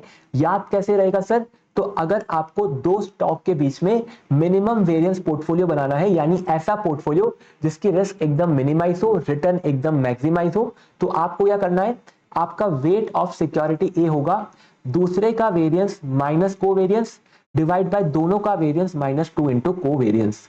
तो ये आपकी मेमोरी ट्रिक है जिसको आप रेफर कर सकते हैं कि यहां पर आप क्या कर रहे हैं, दूसरे का वेरिएंस यानी बी का वेरिएंस माइनस कर रहे हैं आप दोनों का कोवेरिएंस डिवाइड में दोनों का वेरिएंस माइनस आपका 2 टाइम कोवेरिएंस। फिर जैसे आपके पास वेट ऑफ ए आएगा आप वेट ऑफ बी निकाल सकते हैं 1 माइनस वेट ऑफ ए करके। नेक्स्ट है आपका शार्प ऑप्टिमम पोर्टफोलियो। ये क्या चीज है सर, आपके शार्प भैया ने बताया है कि ऑप्टिमम पोर्टफोलियो बनाना है तो आप किस तरह से बना सकते हैं। सबसे पहले आपको ट्रेनोर रेशियो कैलकुलेट करना है हर सिक्योरिटी का, तो R X minus R F divide by beta करेंगे, ट्रेनोर रेशियो आएगा। ट्रेनोर आने के बाद आपको हर सिक्योरिटी को रैंक करना है आपके हाई टू लो ऑर्डर में, लो टू हाई ऑर्डर में, जिसका भी टेनोर रेशियो ज्यादा है वो टॉप पर रहेगा और जिसका टेनोर रेशियो कम है वो आपके बॉटम पर रहेगा। तो आपको एक रैंक टेबल बनानी है सिक्योरिटी की जहां पर आपके security high to lowest Treynor ratio में होगी, जिसका भी टेनोर हायर है वो फर्स्ट पे, जिसका लोवेस्ट है वो नीचे। फिर आपको लेना है R X minus R F, question में गिवन होगा, बीटा भी क्वेश्चन में गिवन होगा और ये अनसिस्टमैटिक रिस्क भी क्वेश्चन में गिवन होगा। ये तीनों क्वेश्चन में गिवन होंगे। इसके बाद आपको कैलकुलेशन करनी है। पहली टर्म है आपकी beta divide by unsystematic risk. Beta divide by unsystematic risk मतलब क्या हुआ कि बीटा होता है सिस्टमैटिक और अनसिस्टमैटिक रिस्क गिवन है, तो सिस्टमैटिक डिवाइड बाय अनसिस्टमैटिक किया आपने यहां पर और इसको मल्टीप्लाई करना है आपको एडिशनल रिटर्न से। तो beta divide by unsystematic risk, तो ये फॉर्म आपको, ये फॉर्मेट आपको ध्यान में रखना है क्योंकि ये beta divide by unsystematic risk का फैक्टर मल्टीपल जगह काम आएगा। तो beta divide by unsystematic risk into R X minus R F किया और पास वाले कॉलम में इसका क्यूमुलेटिव टोटल किया। सर क्यूमुलेटिव टोटल क्या होता है, तो क्यूमुलेटिव टोटल मतलब आपका रनिंग टोटल। अगर ई की वैल्यू आती है मान लो 1 2 और 3, तो एफ की वैल्यू क्या होगी, 1 के साथ तो 1 होगी। अब नेक्स्ट जगह आपका इन दोनों का टोटल होगा तो 1 प्लस 2 ये होता है 3, और जब इस प्लेस पर आएंगे तो इन तीनों का रनिंग टोटल होगा तो 1 प्लस 2 प्लस 3 ये होता है 6। तो ये होता है आपका क्यूमुलेटिव टोटल जो कि आपको करना है। इसके बाद आपको कैलकुलेट करना है आपका again beta divide by unsystematic risk into आपका बीटा, तो ये आएगा आपको कॉलम जी का वैल्यू और फिर यहां पर आप करेंगे क्यूमुलेटिव टोटल यानी आपका रनिंग टोटल। रनिंग टोटल करने के बाद आपको निकालना है सी का वैल्यू। सी का वैल्यू क्या है, सी का वैल्यू है आपका आप market variance multiply column F यानी ये वाला कॉलम आपका, और 1 plus market variance into column H यानी ये वाला कॉलम। तो मार्केट वेरिएंस को कॉलम एफ से मल्टीप्लाई करना है डिवाइड में 1 plus market variance into column H करना है, तो आपको सी का वैल्यू आएगा। सी का वैल्यू होता है आपका कट ऑफ वैल्यू यानी जहां पर भी हाईएस्ट वैल्यू होगा सी का वो आपका कट ऑफ बनेगा। तो सी का वैल्यू यहां पर हमने अगेन बताया market variance into column F, जहां पर आपका रनिंग टोटल कॉलम ई का चल रहा है, और यहां पर आप डिवाइड पे लेंगे 1 प्लस आपका market variance into column H, जहां पर भी आपका रनिंग टोटल चल रहा है। हाईएस्ट सी वैल्यू क्या बनेगा, आपका कट ऑफ पॉइंट बनेगा। जिनका भी सी वैल्यू इस पॉइंट से ज्यादा है वो सभी आपके पोर्टफोलियो का पार्ट बनेंगे। Security having tenure ratio more than cut off should be selected, जिनका टेनोर ज्यादा है वो पोर्टफोलियो का पार्ट बनेंगे। एक बार आपके सिक्योरिटी सिलेक्ट हो गए, अब आपको देखना है कि इन सिक्योरिटी में कितना कितना इन्वेस्टमेंट होगा यानी इनका वेट क्या होगा पोर्टफोलियो में। तो उसके लिए आपको निकालना है जेड वैल्यू। जेड वैल्यू क्या होता है, again beta divide by unsystematic risk, multiply कर दीजिए ट्रेंड और माइनस कट ऑफ से, तो आपको मिलेगा जेड वैल्यू, और जेड वैल्यू के अकॉर्डिंग हम आपके पोर्टफोलियो के वेट डिसाइड करेंगे। तो calculate weight of each security as follow, weight equal to Z value of security divide by sum of Z value. तो ये आपका शार्प ऑप्टिमम रेशियो का सिंपल सा फॉर्मूला था। सिंपल सा तो नहीं है, आपको इसको कम से कम 3 से 4 बार रिवाइज करना होगा, तभी जाके आपको ये फॉर्मूला याद होगा। वैसे एग्जाम में इसका क्वेश्चन अभी तक बहुत टाइम से नहीं आया है, मतलब लास्ट 8-9 अटेम्प्ट की बात करें तो लास्ट 8-9 अटेम्प्ट में क्वेश्चन नहीं आया है। तो आईसीए जनरली ये क्वेश्चन पूछता नहीं है, लेकिन अगर पूछ ले तो आपको फॉर्मूला अच्छे से पता होना चाहिए। नेक्स्ट चैप्टर है म्यूचुअल फंड का। म्यूचुअल फंड में पहला है आपका एनएवी। एनएवी क्या होता है? आपकी नेट एसेट वैल्यू। तो नेट एसेट को डिवाइड कर देंगे टोटल यूनिट से। नेट एसेट होता है total asset minus total liability. Net asset मिला, डिवाइड किया इसको नंबर ऑफ आउटस्टैंडिंग शेयर से। फिर आपका होल्डिंग पीरियड रिटर्न, ये क्या होता है? ये आपका रिटर्न होता है आपके इन्वेस्टमेंट पे जब तक आपने उसको होल्ड करा है। तो आप यहां पर लेते हैं investment value eight the and. And का वैल्यू क्या है? बिगनिंग का वैल्यू क्या है? दोनों का डिफरेंस आता है रिटर्न का। तो एंड वैल्यू और बिगनिंग वैल्यू प्लस करते इनकम डिस्ट्रीब्यूटेड, यानी कोई इनकम वहां से रिसीव हुई है तो, और डिवाइड करते इन्वेस्टमेंट वैल्यू इन बिगनिंग से, तो आपको मिलता है होल्डिंग पीरियड रिटर्न। फिर है आपका एनुअल रिटर्न। एनुअल रिटर्न क्या होता है? एनुअल रिटर्न मतलब ये होल्डिंग पीरियड रिटर्न को अगर मैंने एनुअल में कन्वर्ट कर दिया, अगर मेरा होल्डिंग पीरियड 6 महीने का था तो मेरा रिटर्न था 5%। 5% मेरा रिटर्न था अगर होल्डिंग पीरियड मेरा 6 महीने था। तो अगर इसको एनुअल में कन्वर्ट करना हो तो 6 मंथ का रिटर्न 5% है, तो 1 ईयर का कितना होगा इसका 2 टाइम यानी 10%। तो यही आपका एनुअल रिटर्न होता है। तो होल्डिंग पीरियड को मल्टीप्लाई करेंगे 365 से, डिवाइड करेंगे number of days for which investment held, तो हमें मिलता है आपका annual return. Number of days investment held ये कैसे निकालें? तो आपका जो होल्डिंग पीरियड रिटर्न है उसको एनुअल रिटर्न से डिवाइड करेंगे, मल्टीप्लाई करेंगे 365 से। यानी ऊपर वाले फॉर्मूले को हमने वापस से लिख दिया। कैसे लिख दिया? ये नंबर ऑफ डेज था, इसको यहां भेज दिया और एनुअल रिटर्न को यहां पर नीचे भेज दिया। फिर डेट ऑफ इन्वेस्टमेंट कैसे आएगा? डेट ऑफ इन्वेस्टमेंट में आपका जो पीरियड एंड हो रहा है उसका डेट लेंगे, उसमें से आप माइनस कर सकते हैं आपका number of days investment held और प्लस करना है आपको 1 डे। सर 1 डे ऐड क्यों कर रहे हैं? क्योंकि हम लोग आपके रिटर्न में 1 डे इसलिए ऐड करते हैं क्योंकि हम चाहते हैं कि आपका जो स्टार्टिंग का डेट था वो भी इस कैलकुलेशन में ऐड हो। तो पीरियड एंड डेट में माइनस क्या करना है? Number of days investment held plus आपका 1 डे। नेक्स्ट है market value of equity share. ये कैसे निकालते हैं? अगर आपको कॉस्ट दे रखा है तो उस कॉस्ट को मल्टीप्लाई कर दीजिए इंडेक्स के करंट वैल्यू से। Current value of index divide कर लेंगे value of index when share was bought. और मार्केट वैल्यू ऑफ बॉन्ड निकालना तो क्या करेंगे? फेस वैल्यू ऑफ बॉन्ड लेंगे, मल्टीप्लाई करेंगे कि उस पे इंटरेस्ट रेट कितना है फेस वैल्यू पे, डिवाइड करेंगे मार्केट में क्या इंटरेस्ट रेट चल रहा है।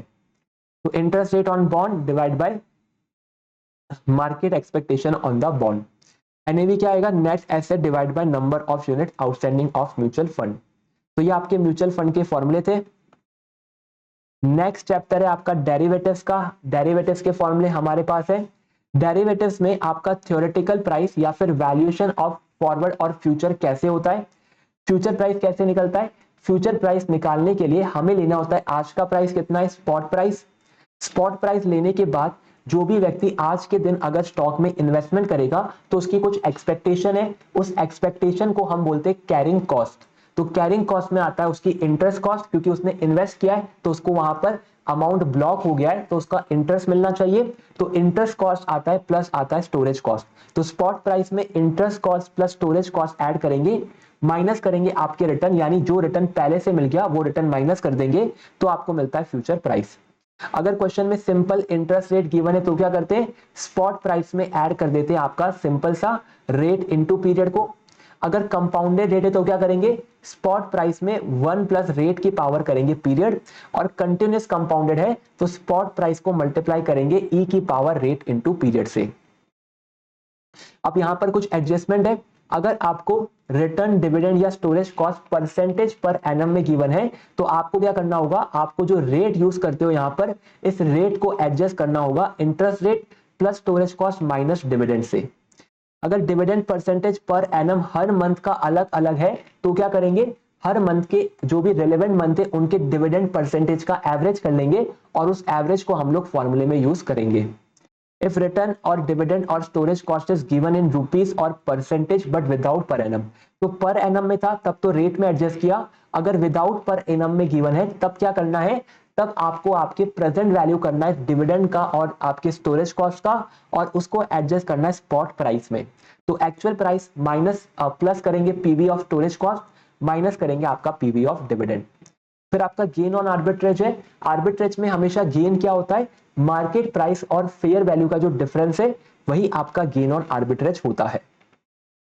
फिर आपका next formula, number of future contract to be bought और सोल्ड फॉर हेजिंग, अगर परफेक्ट हेजिंग चाहिए तो कितने फ्यूचर बाय सेल करे, सिंपल सा फॉर्मूला है, आपका करंट पोर्टफोलियो वैल्यू लीजिए, पोर्टफोलियो वैल्यू को मल्टीप्लाई करिए आपके existing beta minus target beta के डिफरेंस से, यानी एग्जिस्टिंग बीटा कितना है और कितना बीटा आपको अचीव करना है। तो यहां पर आपका आएगा कि कितना बीटा मूवमेंट आपको चाहिए, फिर जैसे बीटा मूवमेंट आएगा फिर इसको मल्टीप्लाई करेंगे कि कितना परसेंटेज पोर्टफोलियो आपको हैच करना है, ये आते ही इसको आप डिवाइड करेंगे value of future contract into beta of future से, और यहां पर जो भी आंसर आएगा उसको माइनस में रखना है, यानी कि अगर आपका जो पोर्टफोलियो है उसका बीटा पॉजिटिव है तो आपको यहां पर फ्यूचर का बीटा नेगेटिव होना चाहिए, यानी फ्यूचर को सेल करना है।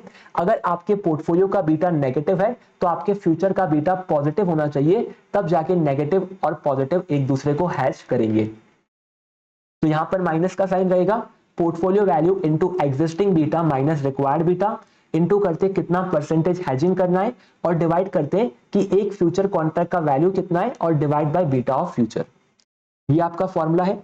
फिर आपका margin in future contract, future में मार्जिन कितना लगता है, इनिशियल मार्जिन जनरली क्वेश्चन में अगर परसेंटेज मेंशन है तो आप यहां पर वैल्यू को मल्टीप्लाई करते हैं मार्जिन के परसेंट से, तो परसेंटेज गिवन है तो कॉन्ट्रैक्ट इनटू मार्जिन, क्वेश्चन में कुछ भी गिवन नहीं है तो हम लोग लेते हैं आपका mu plus 3 sigma S initial margin. Mu मतलब क्या हुआ, म्यू मतलब होता है आपका एवरेज, तो daily absolute change amount in the contract value, absolute change कितना होता है, और सिग्मा मतलब इस अमाउंट का स्टैंडर्ड डेविएशन, स्टैंडर्ड डेविएशन इन डेली एब्सोल्यूट चेंज। तो म्यू प्लस 3 सिग्मा होता है, क्वेश्चन आपको बताएगा कि डेली एब्सोल्यूट चेंज कितना है और स्टैंडर्ड डेविएशन कितना है, उसके अकॉर्डिंग आप इनिशियल मार्जिन कैलकुलेट करेंगे। मेंटेनेंस मार्जिन क्या है, maintenance margin generally initial margin का परसेंट होता है, तो initial margin into maintenance margin percent, अगर ये कॉन्ट्रैक्ट वैल्यू का परसेंट है तो कॉन्ट्रैक्ट वैल्यू से मल्टीप्लाई करेंगे। इसके बाद नेक्स्ट है आपका बाइनोमियल मॉडल, बाइनोमियल के अंदर अप मूव की प्रोबेबिलिटी क्या होती है, तो अप मूव की प्रोबेबिलिटी होती है R minus D divide by U minus D. R क्या होता है, आर होता है इंटरेस्ट रेट का फैक्टर यानी 1 प्लस रिस्क फ्री रेट, अगर ई की वैल्यू गिवन है तो ई की वैल्यू हम लोग यूज करते हैं। डी मतलब आपका डाउनवर्ड मूव, यानी डाउनवर्ड मूव पे आपका कितना परसेंटेज डाउन है, तो D equal to price after down move divide by price before down move.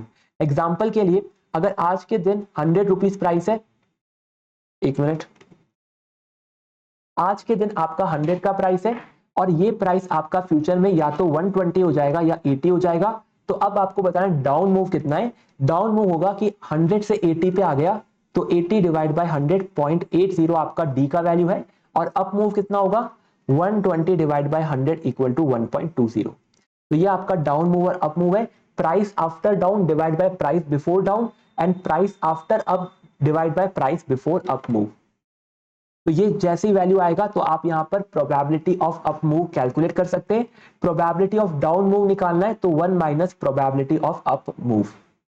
Next है आपका डेल्टा का कंसेप्ट, डेल्टा क्या होता है, डेल्टा आपको बताता है कि स्टॉक की प्राइस में अगर 1 रुपए का चेंज होगा तो हमारे ऑप्शन की प्राइस में कितने रुपए का चेंज होगा। तो यहां पर लेते हैं आपका change in value of option divide by change in value of stock price, तो VU minus VD, value of option if price goes up, value of option if price goes down, तो change इन option आया, divide में आपका change in stock है, upward price of stock divide by downward price of stock. Next है आपका ब्लैक-शोल model, ब्लैक-शोल model क्या काम आता है, आपके कॉल ऑप्शन का प्राइस निकालने के काम आता है।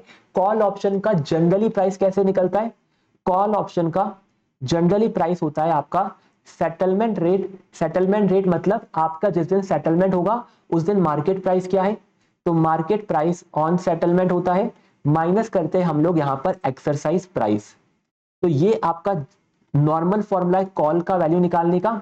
अब ब्लैक शोल ने क्या बोला, ब्लैक शोल ने बोला कि इन दोनों का पीवी कर लो तो आपको मिल जाएगा आज के दिन ऑप्शन का प्राइस, ये होता है आपके एक्सपायरी के दिन कॉल का वैल्यू। अगर आज के दिन निकालना है तो इसका पीवी कर लेते, तो मार्केट प्राइस जो आपका सेटलमेंट पे इसका पीवी करेंगे तो आपको मिलता है स्पॉट प्राइस। तो यहां पर स्पॉट प्राइस ले लिया हमने। एक्सरसाइज प्राइस इसका पीवी करना है तो x डिवाइड बाय e की पावर r इंटू टी, तो ये आ गया आपका पीवी। अब दोनों का पीवी तो आ गया, लेकिन ब्लैक शोल बोलता है इसमें एडजस्टमेंट करो, तो एडजस्टमेंट मतलब एन डी1 और एन डी2 से मल्टीप्लाई। तो स्पॉट प्राइस को एन डी1 से मल्टीप्लाई किया और आपकी एक्सरसाइज प्राइस को एन डी2 से मल्टीप्लाई किया। अब ये d1 d2 क्या है, d1 का मतलब होता है log s बाय x, तो ये आपको याद करना होगा log s by x। First term तो मेरे ख्याल से आपको याद रहेगी क्योंकि यहां पर आपका s बाय x है, प्लस आपका रेट, है, रेट में आपको ऐड करना है वेरिएंस डिवाइड बाय 2 और इस टर्म को मल्टीप्लाई करना है t से, और डिवाइड में रहेगा आपका यहां पर स्टैंडर्ड डेविएशन रूट टी। तो ये v मतलब वॉलेटिलिटी यानी स्टैंडर्ड डेविएशन रूट टी है। तो ये आपके d1 का वैल्यू है। क्या वैल्यू है d1 का, वापस से रिवाइज करते, log s बाय x, ये पार्ट तो याद है, प्लस करना है हमें आपका rate plus standard deviation square divide by 2, rate plus standard deviation square divide by 2, multiply करेंगे t से तो आपको एक टर्म मिल गया। अब इस पूरे वैल्यू को डिवाइड करना है स्टैंडर्ड डेविएशन रूट t से, तो आपको d1 मिलता है। d2 चाहिए तो d1 में से standard deviation root t minus कर देंगे तो आपको d2 मिल जाएगा। d1 d2 आ गए। अब आपको d1 d2 को आपके क्यूमुलेटिव एरिया यानी जो आपका नॉर्मल डिस्ट्रीब्यूशन का ग्राफ होता है वहां पर रख के क्यूमुलेटिव एरिया का वैल्यू निकालना है। आपको निकालना है एन डी1 और एन डी2, ये होता है नॉर्मल क्यूमुलेटिव डिस्ट्रीब्यूशन का फंक्शन एरिया। तो total area under normal curve, हमें पता है नॉर्मल कर्व का टोटल एरिया 1 होता है।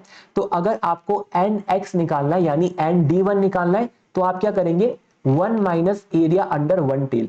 तो इस तरह का आपका होता है नॉर्मल डिस्ट्रीब्यूशन। तो यहां पर आपको जो क्यूमुलेटिव एरिया है, यहां पर बड़ा वाला एरिया, इसका वैल्यू निकालना है। अगर ये 1 टेल का एरिया गिवन है, ये होता है 1 टेल का एरिया गिवन है, तो आप क्या करेंगे 1 माइनस 1 टेल करेंगे तो आपको मिलेगा आपका क्यूमुलेटिव एरिया, क्योंकि ये पूरे एरिया का सम होता है 1, क्योंकि प्रोबेबिलिटी का सम भी 1 होता है तो इस पूरे एरिया का सम भी 1 है। 1 में से अगर मैंने 1 टेल का एरिया माइनस किया तो मुझे मिलेगा nx।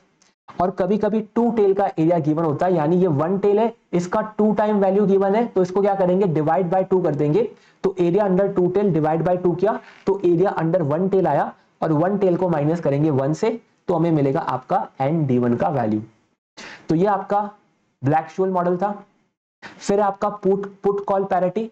पुट कॉल पैरिटी क्या बोलता है कि पुट और कॉल के बीच में जो रिलेशनशिप है कि आपका एक ऐसा पोर्टफोलियो जहां पर एक पुट है और एक स्टॉक है, यानी वैल्यू ऑफ स्टॉक और वैल्यू ऑफ पुट, ये इक्वल होता है आपके दूसरे पोर्टफोलियो से जहां पर आपके पास एक कॉल है और आपने यहां पर आपकी जो एक्सरसाइज प्राइस है उसको मार्केट रेट पर इन्वेस्ट करा है।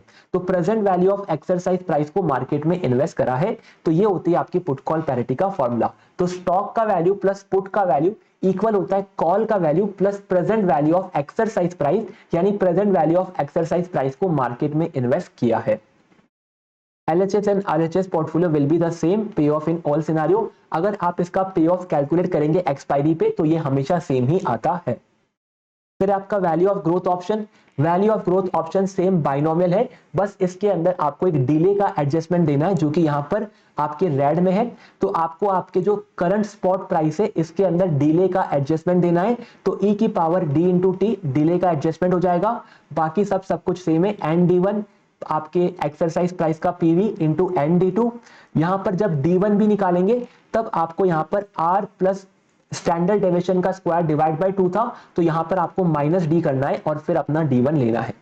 तो यहां पर बस एक छोटा सा डी का चेंज है, बाकी पूरा आपका आपका ब्लैक शोल मॉडल है। और डी का वैल्यू क्या होता है 1 divide by life of asset. तो एसेट की लाइफ अगर 15 है तो 1 डिवाइड बाय 15 करने पे कितना होता है, ये आता है आपका 0.067 का डी का वैल्यू। तो ये आपका डी का वैल्यू रहेगा। तो ये आपका कंप्लीट होता है डेरिवेटिव्स। नेक्स्ट है फॉरेक्स का चैप्टर। फॉरेक्स के अंदर है annual premium and discount percent. तो प्रीमियम या डिस्काउंट परसेंट अगर बेस करेंसी पे निकालना है तो क्या करते हैं, forward rate minus spot rate divide by आपका स्पॉट रेट, और अगर आप इसको 12 बाय मंथ कर देंगे तो ये एनुअल हो जाएगा। तो यहां पर प्रीमियम डिस्काउंट तो यही होता है, लेकिन एनुअल करना है तो इंटू 12 डिवाइड बाय मंथ करेंगे। Calculation of forward rate from premium और डिस्काउंट परसेंट। अब अगर आपको प्रीमियम और डिस्काउंट परसेंट निकालना है आपके बेस करेंसी पे, तो यहां पर ऊपर हमने निकाला था आपका प्रीमियम और डिस्काउंट ऑन बेस, ऊपर हमने एनुअल निकाला था। अब हम यहां पर बता रहे हैं कि अगर आपको प्रीमियम परसेंट ऐड करना या लेस करना है, तो प्रीमियम अगर परसेंट है तो add to the spot rate in base currency. Forward rate निकालने के लिए स्पॉट रेट में आपको प्रीमियम परसेंट ऐड कर देना है। डिस्काउंट परसेंट है तो क्या करेंगे, इसको माइनस करेंगे, फॉरवर्ड रेट में से spot rate into 100 minus discount percent. अब अगर आपको जो प्रीमियम और डिस्काउंट परसेंट गिवन है प्राइस करेंसी में, पहले आपको गिवन था यहां पर बेस करेंसी में, अगर बेस करेंसी जो कि आपकी एक्सचेंज रेट का बेस है उसमें गिवन है तो डायरेक्टली प्रीमियम को ऐड करना है, डिस्काउंट को लेस करना है। अगर प्राइस करेंसी में तो क्या करेंगे यहां पे, तो प्राइस करेंसी में है तो प्रीमियम परसेंट को यहां पर डिडक्ट करते हैं, तो उल्टा हो गया यहां पे, forward rate equal to spot rate into 100 minus premium percent. और फॉरवर्ड रेट अगर डिस्काउंट परसेंट है तो डिस्काउंट परसेंट को ऐड करेंगे, तो forward rate equal to spot rate into 100 plus discount percent. तो ये क्या चीज करी हमने यहां पे सर, हमने यहां पर बताया है कि अगर फॉरवर्ड का प्रीमियम और डिस्काउंट परसेंट बेस करेंसी में, बेस करेंसी क्या होता है, अगर एक्सचेंज रेट रुपी बाय डॉलर है तो ऊपर वाली करेंसी को प्राइस बोलते हैं, नीचे वाली को बेस बोलते हैं। अगर बेस करेंसी है, बेस करेंसी होती है आपकी वो करेंसी जिसकी वैल्यू का डिस्कशन हो रहा है। अगर बेस करेंसी का प्रीमियम डिस्काउंट है तो सिंपल सा प्रीमियम एट डिस्काउंट लेस। लेकिन अगर premium discount percent price currency में गिवन है तो इसका उल्टा करना है, क्योंकि प्राइस करेंसी की बात नहीं होती है एक्सचेंज रेट में। तो यहां पर प्राइस करेंसी में उल्टा क्या करना है, प्रीमियम परसेंट को माइनस करते हैं, डिस्काउंट परसेंट को आप यहां पर ऐड करते हैं। फिर आपका interest rate parity. Interest rate parity क्या बोलती है कि आपका फॉरवर्ड रेट होता है spot rate multiply by 1 plus inflation of price currency divide by 1 plus inflation of base currency. फिर आपकी परचेजिंग पावर, इन्फ्लेशन है यहां पर इंटरेस्ट है, इंटरेस्ट रेट पैरिटी इंटरेस्ट की बात करता है, परचेजिंग पावर पैरिटी इन्फ्लेशन की बात करता है। तो आपकी परचेजिंग पावर पैरिटी क्या बोलता है, forward rate equal to spot rate multiply by 1 plus inflation in price divide by 1 plus inflation in base. हमेशा ध्यान रखेंगे प्राइस करेंसी ऊपर होता है, बेस करेंसी नीचे होता है। इन्फ्लेशन रेट का जो प्राइस करेंसी है, इन्फ्लेशन इन प्राइस करेंसी ऊपर, इन्फ्लेशन इन बेस करेंसी नीचे। तो स्पॉट रेट से इस फैक्टर को मल्टीप्लाई करने पे हमें फॉरवर्ड रेट मिलता है। अदर फॉर्मूला क्या है एक और, कि अगर आपको परसेंटेज इंक्रीज इन डिमांड निकालना है तो कैसे निकालते हैं, इलास्टिसिटी ऑफ डिमांड को मल्टीप्लाई करेंगे decrease in price due to spot rate से। तो इकोनॉमिक्स का कंसेप्ट है कि अगर प्राइस कम होती है तो डिमांड इंक्रीज होगी, तो जितनी परसेंट से प्राइस कम हुई है उसको इलास्टिसिटी ऑफ डिमांड से मल्टीप्लाई करेंगे तो आपको मिलेगा इंक्रीज इन डिमांड। तो ये फॉरेक्स चैप्टर था। नेक्स्ट है हमारा इंटरनेशनल फाइनेंशियल मैनेजमेंट। यहां पर क्या क्या है, यहां पर है हमारा if beta is given in question then it can be calculated using CAPM approach. तो रिक्वायर्ड रिटर्न कैसे कैलकुलेट होगा, अगर बीटा गिवन है तो सीएपीएम अप्रोच लगेगा जो कि होता है RF plus beta into RM minus RF. अगर बीटा गिवन नहीं है तो हमें कैलकुलेट कैसे करना है रिक्वायर्ड रिटर्न, आपकी risk free rate in home currency, इसमें ऐड करेंगे रिस्क प्रीमियम तो हमें मिलेगा required rate of return in home currency. अगर आपके पास रिस्क फ्री रेट है फॉरेन करेंसी का, इसमें आप ऐड करेंगे रिस्क प्रीमियम तो हमें मिलेगा required return in foreign currency. तो अगर बीटा गिवन है तो सीएपीएम लगा दीजिए, बीटा गिवन नहीं है तो आपकी जो रिस्क फ्री रेट है, रिस्क फ्री रेट के फैक्टर में हमें रिस्क प्रीमियम का फैक्टर ऐड करना है तो हमें मिलेगा आपका यहां पर रिक्वायर्ड रेट ऑफ रिटर्न। यहां पर फैक्टर का डिस्कशन हो रहा है, फैक्टर के डिस्कशन में हमेशा मल्टीप्लिकेशन होता है, यहां पर आपको नॉर्मल प्लस माइनस नहीं करना है, दोनों का फैक्टर कन्वर्ट करके मल्टीप्लाई करना है। फिर है आपका modified internal rate of return. ये क्या होता है सर, ये आपके इंटरनल रेट ऑफ रिटर्न का थोड़ा सा मॉडिफाइड वर्जन है जो कि आपकी इंटरनल रेट ऑफ रिटर्न की जो लिमिटेशन है उसको इंप्रूव करता है। यहां पर ये अजम्पशन होता है कि जो भी रिटर्न हम अर्न करते हैं, ये जो रिटर्न हम अर्न कर रहे हैं ये हमारे जो आईआरआर है उसी के ऊपर री इन्वेस्ट होता है। तो यहां पर एमआईआरआर में क्या होता है, आप यहां पर लेते हैं future value of cash flow eight the end of the project. तो आपके जो भी कैश फ्लो उन सबका फ्यूचर वैल्यू कैलकुलेट करते हो। फ्यूचर वैल्यू कैसे कैलकुलेट करेंगे? तो क्वेश्चन के अंदर जो डिस्काउंट रेट गिवन होगा उस डिस्काउंट रेट से हम कंपाउंडिंग करके फ्यूचर वैल्यू कैलकुलेट करते हैं, उसको डिवाइड करते हैं इनिशियल इन्वेस्टमेंट से, तो आपको मिलता है यहां पर आपका वैल्यू। और इस वैल्यू का अगर आपने अंडर रूट कर दिया n से, यानी पावर कर दी 1/n, तो आपको मिलेगा यहां पर modified internal rate of return. n मतलब आपका लाइफ ऑफ प्रोजेक्ट। तो इंटरनल रेट ऑफ रिटर्न और MIRR में डिफरेंस क्या है? MIRR अज्यूम करता है कि जो री इन्वेस्टमेंट होता है वो आपकी डिस्काउंटिंग रेट पे होता है, और IRR अज्यूम करता है कि आपका जो इन्वेस्टमेंट होता है, री इन्वेस्टमेंट होता है, वो आपकी IRR की रेट पे होता है। दोनों में से ज्यादा रिलेवेंट कौन सा है? Modified internal rate of return ज्यादा रिलेवेंट है आपकी प्रैक्टिकल लाइफ में। Assume cash flow of year 0 as initial investment. Question में इनिशियल इन्वेस्टमेंट गिवन ना हो तो ईयर 0 के कैश फ्लो को इनिशियल इन्वेस्टमेंट अज्यूम करेंगे। फिर आपका cost of GDR. Cost of GDR कैसे निकालते हैं? आपका जो भी डिविडेंड आप दे रहे हैं जीडीआर पे वो ले लेंगे, डिविडेंड को डिवाइड करेंगे आपकी नेट प्रोसीड से कि जीडीआर से कितना पैसा मिला, प्लस कर देंगे ग्रोथ। तो dividend per GDR divide by net proceed plus growth करना है। डिविडेंड पर जीडीआर कैसे निकलेगा? तो एक जीडीआर में कितने नंबर ऑफ शेयर है, उन नंबर ऑफ शेयर को मल्टीप्लाई करेंगे डिविडेंड पर शेयर से। तो number of share into dividend percent into आपका फेस वैल्यू। अब नेट प्रॉफिट कैसे आता है? नेट प्रॉफिट आता है आपके इश्यू प्राइस में से आपका फ्लोटेशन कॉस्ट माइनस करके। तो इश्यू प्राइस में से आपका जो भी खर्चा हुआ था इश्यू करते टाइम वो माइनस कर देंगे, तो नेट प्रॉफिट आता है।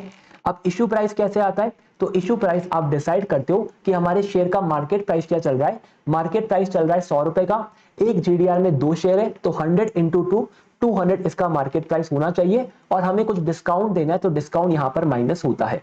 तो मार्केट प्राइस में से डिस्काउंट माइनस करना होता है। इश्यू प्राइस होता है नंबर ऑफ शेयर अंडरलाइंग पर जीडीआर इनटू मार्केट प्राइस। तो ये आएगा आपका market price of GDR, but इसमें हमने कुछ डिस्काउंट दिया है तो इसको मल्टीप्लाई किया 1 माइनस डिस्काउंट ऑन इश्यू से। अब नंबर ऑफ जीडीआर कितने इश्यू करने, तो जितने फंड की रिक्वायरमेंट है उसको डिवाइड कर देंगे नेट प्रोसीड पर जीडीआर से, तो आपके नंबर ऑफ जीडीआर आ जाएंगे। तो ये आपके फॉर्मूले थे इंटरनेशनल फाइनेंशियल मैनेजमेंट के। नेक्स्ट है हमारा इंटरेस्ट रेट रिस्क मैनेजमेंट, इसके फॉर्मूले समझते हैं। पहला है आपका एफआरए सेटलमेंट। एफआरए के सेटलमेंट पे जो गेन लॉस होता है वो कैलकुलेट कैसे होगा? सबसे पहले आपका प्रिंसिपल लेंगे, प्रिंसिपल को मल्टीप्लाई करेंगे आपके सेटलमेंट रेट और आपके कॉन्ट्रैक्ट बाय रेट से।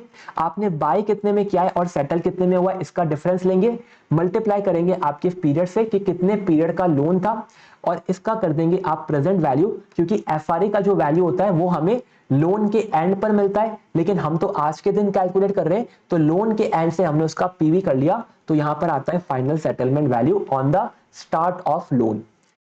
फिर आपका आईआरएफ कॉन्ट्रैक्ट के केस में क्या होता है? आईआरएफ कॉन्ट्रैक्ट में अगर आपको परफेक्ट हेज चाहिए तो लोन अमाउंट को ड्यूरेशन ऑफ लोन से मल्टीप्लाई करते, डिवाइड करते फ्यूचर कॉन्ट्रैक्ट को और उसके ड्यूरेशन ऑफ फ्यूचर से। ड्यूरेशन ऑफ लोन और फ्यूचर डिफरेंट हो सकता है, इसीलिए हम लोग यहां पर ड्यूरेशन को भी कंसिडर करते हैं।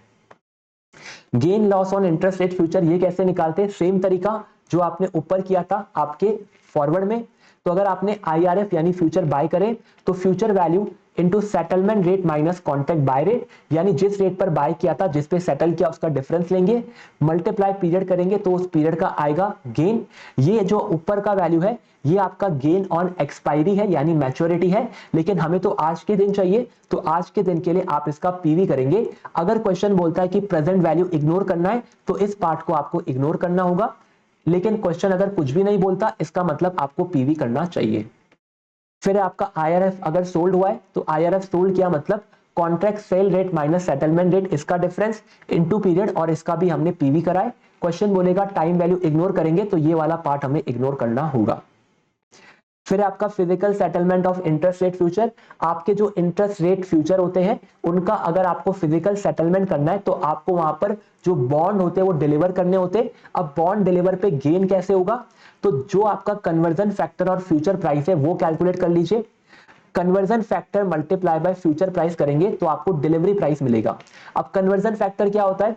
कन्वर्जन फैक्टर आपका सेंट्रल बैंक इशू करता है ताकि आपके मार्केट में जो डिफरेंट बॉन्ड है वो सब कंपेरेबल बन सके, क्योंकि आपके इंटरेस्ट रेट फ्यूचर की एक्सपायरी पे आप कोई सा भी बॉन्ड डिलीवर कर सकते हैं। अब कोई सा भी बॉन्ड डिलीवर कर सकते हैं तो मार्केट में तो हर बॉन्ड के प्राइसेस अलग अलग है, हर बॉन्ड की मैच्योरिटी अलग अलग है, तो ये कन्वर्जन फैक्टर आरबीआई इशू करेगा ताकि सारे बॉन्ड आपके सेम लेवल पर आ सके। तो हर बॉन्ड का कन्वर्जन फैक्टर डिफरेंट रहेगा। कन्वर्जन फैक्टर को अगर आपने फ्यूचर प्राइस से मल्टीप्लाई किया तो आपको मिलेगा एक कंपेरेबल वैल्यू। इस कंपेरेबल वैल्यू को बोलते हैं actual delivery price. Future price of treasury bond generally face value ही होता है। तो एक्चुअल डिलीवरी आपको मिल गया। एक्चुअल डिलीवरी में से अगर आपने market price of bond minus किया तो आपको मिलता है गेन लॉस। तो यहां पर एक फॉर्मूला मिसिंग है, वो आप लिख लीजिए। यहां पे कौन सा फॉर्मूला, ओके मिसिंग नहीं है, यहां पर नीचे ही दे रखा है। चलो तो क्या फॉर्मूला है यहां पर, अगर आपने यहां पर एक्चुअल डिलीवरी प्राइस निकाल दिया यानी future settlement price into conversion factor, जो कि यहां पर किया है, तो एक्चुअल डिलीवरी प्राइस में से अगर आप मार्केट प्राइस माइनस करते हैं तो आपको मिलेगा प्रॉफिट लॉस ऑन सेटलमेंट। तो ये आपका तरीका है प्रॉफिट लॉस कैलकुलेट करने का।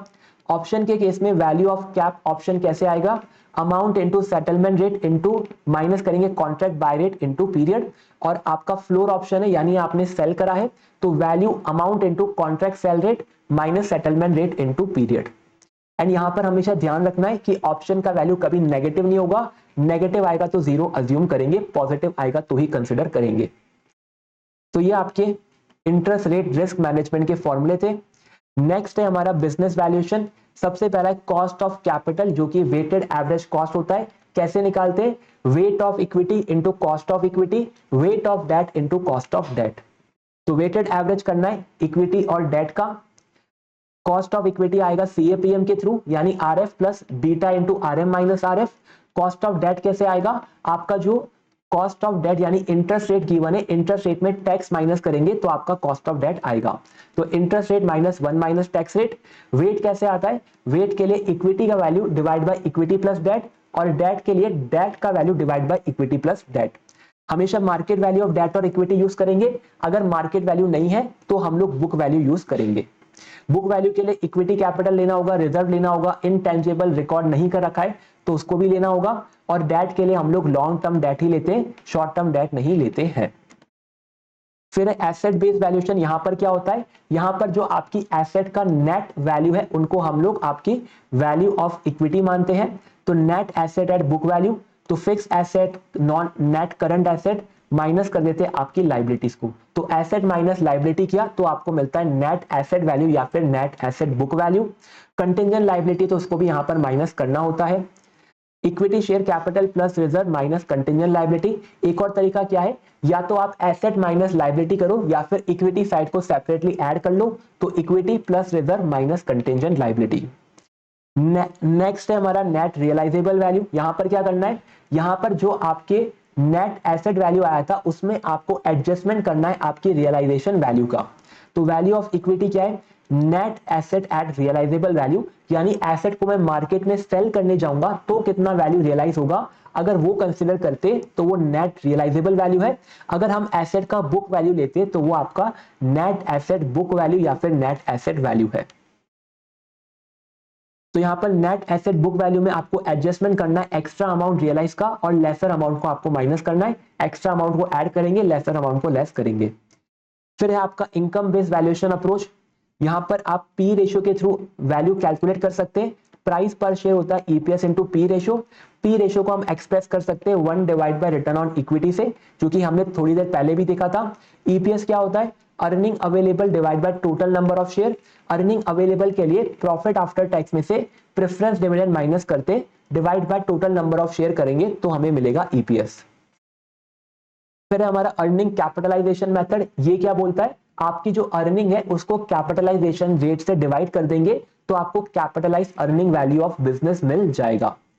तो expected annual maintainable profit divide by capitalisation rate या फिर रिक्वायर्ड अर्निंग यील्ड। नेक्स्ट है हमारा इक्विटी वैल्यू या फिर एंटरप्राइज वैल्यू का कंसेप्ट। एंटरप्राइज वैल्यू क्या होता है, इक्विटी और डेट दोनों का वैल्यू माइनस आपके कोई सरप्लस फंड है। क्योंकि सरप्लस फंड अगर आपके पास पड़े हैं आपके एसेट साइड में, यानी ये पैसा आपकी एंटरप्राइज में इन्वेस्टेड नहीं है, जो पैसा एंटरप्राइज में इन्वेस्टेड नहीं है उसको माइनस करना होता है, तो इक्विटी प्लस डेट माइनस आपका सरप्लस फंड। इक्विटी वैल्यू निकालना हो तो क्या करेंगे, यहां पर इक्विटी को यहां भेज देंगे और एंटरप्राइज को यहां, ओके। इक्विटी वैल्यू निकालना हो तो इसी इक्वेशन को थोड़ा मॉडिफाई कर लेते हैं, ये जो प्लस का डेट है यहां भेज देंगे माइनस डेट हो जाएगा, सरप्लस फंड माइनस का यहां भेज देंगे प्लस हो जाएगा, तो enterprise minus debt plus surplus fund, ये होता है इक्विटी वैल्यू। और इक्विटी वैल्यू निकालने के लिए number of share into market price of share भी कर सकते हैं। ये question based on above concept को इग्नोर करिए। नेक्स्ट कंसेप्ट है ईवीए का। ईवीए का बहुत इंपॉर्टेंट फॉर्मूला होता है, क्या फॉर्मूला है, net operating profit after tax में से कैपिटल चार्ज माइनस होता है, तो NOPAT minus capital charge. Capital charge कैसे निकलता है, invested capital into weighted average cost of capital, तो ये आपके ईवीए का फॉर्मूला है। नोपैट होता है net operating profit after tax. Calculate कैसे करना है, आपको लेना है पहले आपका ईबीआईटी, तो अर्निंग बिफोर इंटरेस्ट और टैक्स ले लेंगे, इसमें से माइनस करेंगे आपका टैक्स रेट इनटू ईबीआईटी, तो टैक्स माइनस किया तो आपको मिलेगा आपका एडजस्टेड नोपैट। इस नोपैट के अंदर एडजस्टमेंट करने हैं, तो नॉन कैश एक्सपेंस कोई हुए हैं अदर देन डेप्रिसिएशन, तो जैसे आपका कोई बैड डेट हुआ है तो इसको ऐड करेंगे, तो आपको मिलता है आपका adjusted net operating profit after tax, जिसको हमें फॉर्मूला में यूज करना है। तो क्या तरीका है, ईबीआईटी में से टैक्स माइनस किया तो नोपैट मिला, नोपैट में हमें ऐड करने नॉन कैश खर्चे अदर देन डेप्रिसिएशन, यानी डेप्रिसिएशन नॉन कैश खर्चा है लेकिन ऐड नहीं करेंगे क्योंकि वो ऑपरेटिंग खर्चा होता है, तो केवल आपके जो अदर देन डेप्रिसिएशन है जैसे प्रोविजन फॉर बैड डेट, इसको हमें ऐड करना है। फिर आपको EBIT calculation from financial leverage, अगर फाइनेंशियल लेवरेज से कैलकुलेट करना हो तो कैसे करेंगे, फाइनेंशियल लेवरेज का मतलब होता है EBIT divide by EBIT minus interest. तो फाइनेंशियल एवरेज का फॉर्मूला क्या, EBIT divide EBIT minus interest, या फिर ईबीआईटी डिवाइड बाय ईबीटी आप बोल सकते हैं। इसको इक्वेशन को सॉल्व करके आप लोग यहां पर फाइनेंशियल एवरेज के थ्रू ईबीआईटी कैलकुलेट कर सकते हैं। फिर invested capital calculation asset side से, इन्वेस्टेड कैपिटल कैसे कैलकुलेट करेंगे, टोटल एसेट ले लेंगे, माइनस करेंगे फिक्टिशियस एसेट जैसे प्रॉफिट एंड लॉस और एडवर्टाइजिंग एक्सपेंस, माइनस करेंगे आपके non interest bearing current liability, current liability और प्रोविजन माइनस होते हैं।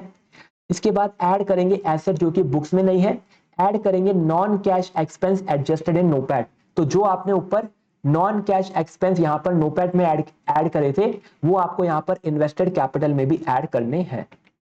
और अगर लायबिलिटी साइड से कैलकुलेट करना हो तो इक्विटी से स्टार्ट करेंगे, रिजर्व ऐड करेंगे, लॉन्ग टर्म डेट ऐड करेंगे, और उसके बाद जो एसेट रिकॉर्डेड नहीं है उसको ऐड करेंगे और नॉन कैश एक्सपेंस को ऐड करेंगे। यानी एसेट नॉट रिकॉर्डेड और नॉन कैश एक्सपेंस ये तो हमेशा ऐड करने ही है, बस ऊपर का पार्ट आपका चेंज हो सकता है, या तो लायबिलिटी साइड में इक्विटी से स्टार्ट करेंगे या फिर एसेट साइड में एसेट माइनस लायबिलिटी करेंगे। Current liability and provision are not included in the invested capital, तो करंट लायबिलिटी और प्रोविजन को ऐड नहीं करना है, उनको आपको हमेशा अलग ही रखना है। ईवीए डिविडेंड क्या होता है, EVA divide by number of equity share आपका ईवीए डिविडेंड है। Relationship between asset beta, equity beta and debt beta, क्या रिलेशनशिप है, एसेट बीटा होता है weighted average of equity beta और डेट बीटा, तो बीटा एसेट क्या है, बीटा इक्विटी इंटू इक्विटी का वेट, इक्विटी का वेट है equity divide by equity plus debt into 1 minus tax. ये बहुत इंपॉर्टेंट है कि डेट का पूरा वैल्यू नहीं लेना है, डेट का वैल्यू आफ्टर टैक्स बेनिफिट लेना है, और beta of debt into debt की value divide by equity plus debt into 1 minus tax. यहां पर आपको करेक्ट करना पड़ेगा, ये होता है डेट इंटू 1 माइनस टैक्स, तो ऊपर हमेशा डेट का वैल्यू आफ्टर टैक्स एडजस्टमेंट ही लेना है आपके वेटेड एवरेज के अंदर, जब भी हम लोग एसेट बीटा का डिस्कशन करेंगे। तो डेट इंटू 1 माइनस टैक्स करना, यहां पर गिवन नहीं है तो इसको करेक्ट कर लीजिए, और नीचे का वैल्यू तो सेम ही रहेगा, तो आपको मिलेगा बीटा ऑफ एसेट। अब इसके बाद हम आ चुके हैं आपके लास्ट चैप्टर पे। लास्ट चैप्टर पे सबसे पहला कंसेप्ट है सिनर्जी का, प्रमोटर होल्डिंग का और नॉन प्रमोटर होल्डिंग का। सिनर्जी कैसे कैलकुलेट होता है, कंबाइंड वैल्यू क्या है फर्म का, माइनस करते इंडिविजुअल वैल्यू, तो हमें मिलता है value of synergy. Promoter holding निकालना है, कैसे निकालेंगे, number of share held by promoter divide by total number of share, तो प्रमोटर के share divide by total number share. Non promoter के निकालने तो number of share held by non promoter divide by total number of equity share. Non promoter holding कैसे निकाल सकते हैं, 1 minus promoter holding भी करेंगे तो भी नॉन प्रमोटर होल्डिंग आएगा। फिर है हमारा इक्विवेलेंट ईपीएस और market price of share holder and target. Equivalent EPS क्या होता है, आपका जो भी ईपीएस है उसको आप लोग एक्सचेंज रेशियो से मल्टीप्लाई करेंगे तो आपको इक्विवेलेंट ईपीएस मिलेगा। तो EPS after merger into exchange ratio हमें मिलता है आपका equivalent EPS. No need to calculate equivalent EPS for target if question asks illustrate the impact of merger on EPS। Question बोल रहा है कि मर्जर का इंपैक्ट ईपीएस पे बताइए तो आपको इक्विवेलेंट ईपीएस कैलकुलेट करना होगा। इक्विवेलेंट मार्केट प्राइस क्या होता है, market price into exchange ratio करने पे इक्विवेलेंट मार्केट प्राइस मिलता है। नेक्स्ट है आपका ट्रू कॉस्ट ऑफ मर्जर और नेट कॉस्ट ऑफ एक्विजिशन। ये क्या होता है, इसका मतलब होता है कि आपकी एक्वायरर कंपनी ने कितना एक्स्ट्रा अमाउंट पे करा है आपकी टारगेट कंपनी को। तो कैसे निकालते हैं, market value of new company after merger into percentage held by target, यानी नई जो कंपनी है उस नई कंपनी के अंदर कितना वैल्यू नई जो कंपनी है उसके अंदर कितना वैल्यू टारगेट कंपनी हेल्ड करती है, माइनस करेंगे market value of target before merger. यानी टारगेट कंपनी को कितना वैल्यू मिला आफ्टर मर्जर माइनस उनका बिफोर मर्जर क्या वैल्यू था, यानी इतना एडिशनल अमाउंट हमने उनको पे करा है। तो ये स्टॉक डील था। कैश डील में क्या होगा, कैश डील में तो सिंपल है कि हमने कितना कैश पे करा है टारगेट को माइनस उनका मार्केट वैल्यू क्या था, तो आपको मिलता है ट्रू कॉस्ट फॉर एक्वायरर। फिर आपका book value of merge firm, ये कैसे निकलता है, तो equity share capital plus reserve minus preliminary expense करेंगे तो बुक वैल्यू आएगा। टोटल बुक वैल्यू चाहिए तो आप क्या करेंगे, बुक वैल्यू ऑफ एक्वायरर और बुक वैल्यू ऑफ टारगेट को ऐड कर देंगे। बुक वैल्यू पर शेयर क्या है, book value divide by total number of equity share. फिर है आपका लास्ट हमारा रेशियो, लास्ट फॉर्मूला है आज का। तो यहां पर है आपका कैपिटल एडिक्वेसी रेशियो। ये क्या है, ये आपके क्वेश्चन में यूज होता है। कैपिटल एडिक्वेसी रेशियो का फॉर्मूला है total capital divide by risky weighted asset. और टोटल कैपिटल क्या होता है, share capital plus reserve plus capital reserve minus करते हैं हम आपके प्रीलिमिनरी एक्सपेंस जो कि बैलेंस शीट में आपको दिखते हैं। तो total capital divide by risky weighted asset करने पे कैपिटल एडिक्वेसी आता है। और ग्रॉस एनपीए क्या होता है, आपका जो एनपीए है उसको डिवाइड करेंगे ग्रॉस एडवांस से तो हमें मिलता है आपका ग्रॉस एनपीए परसेंट। तो ये आपके सारे फॉर्मूला हो गए एएफएम के, जो भी आपके क्वेश्चन में यूज हुए, जो भी आपके स्टडी मैट में यूज हुए, और आपके लगभग सारे फॉर्मूला हमने रिवाइज कर लिए हैं।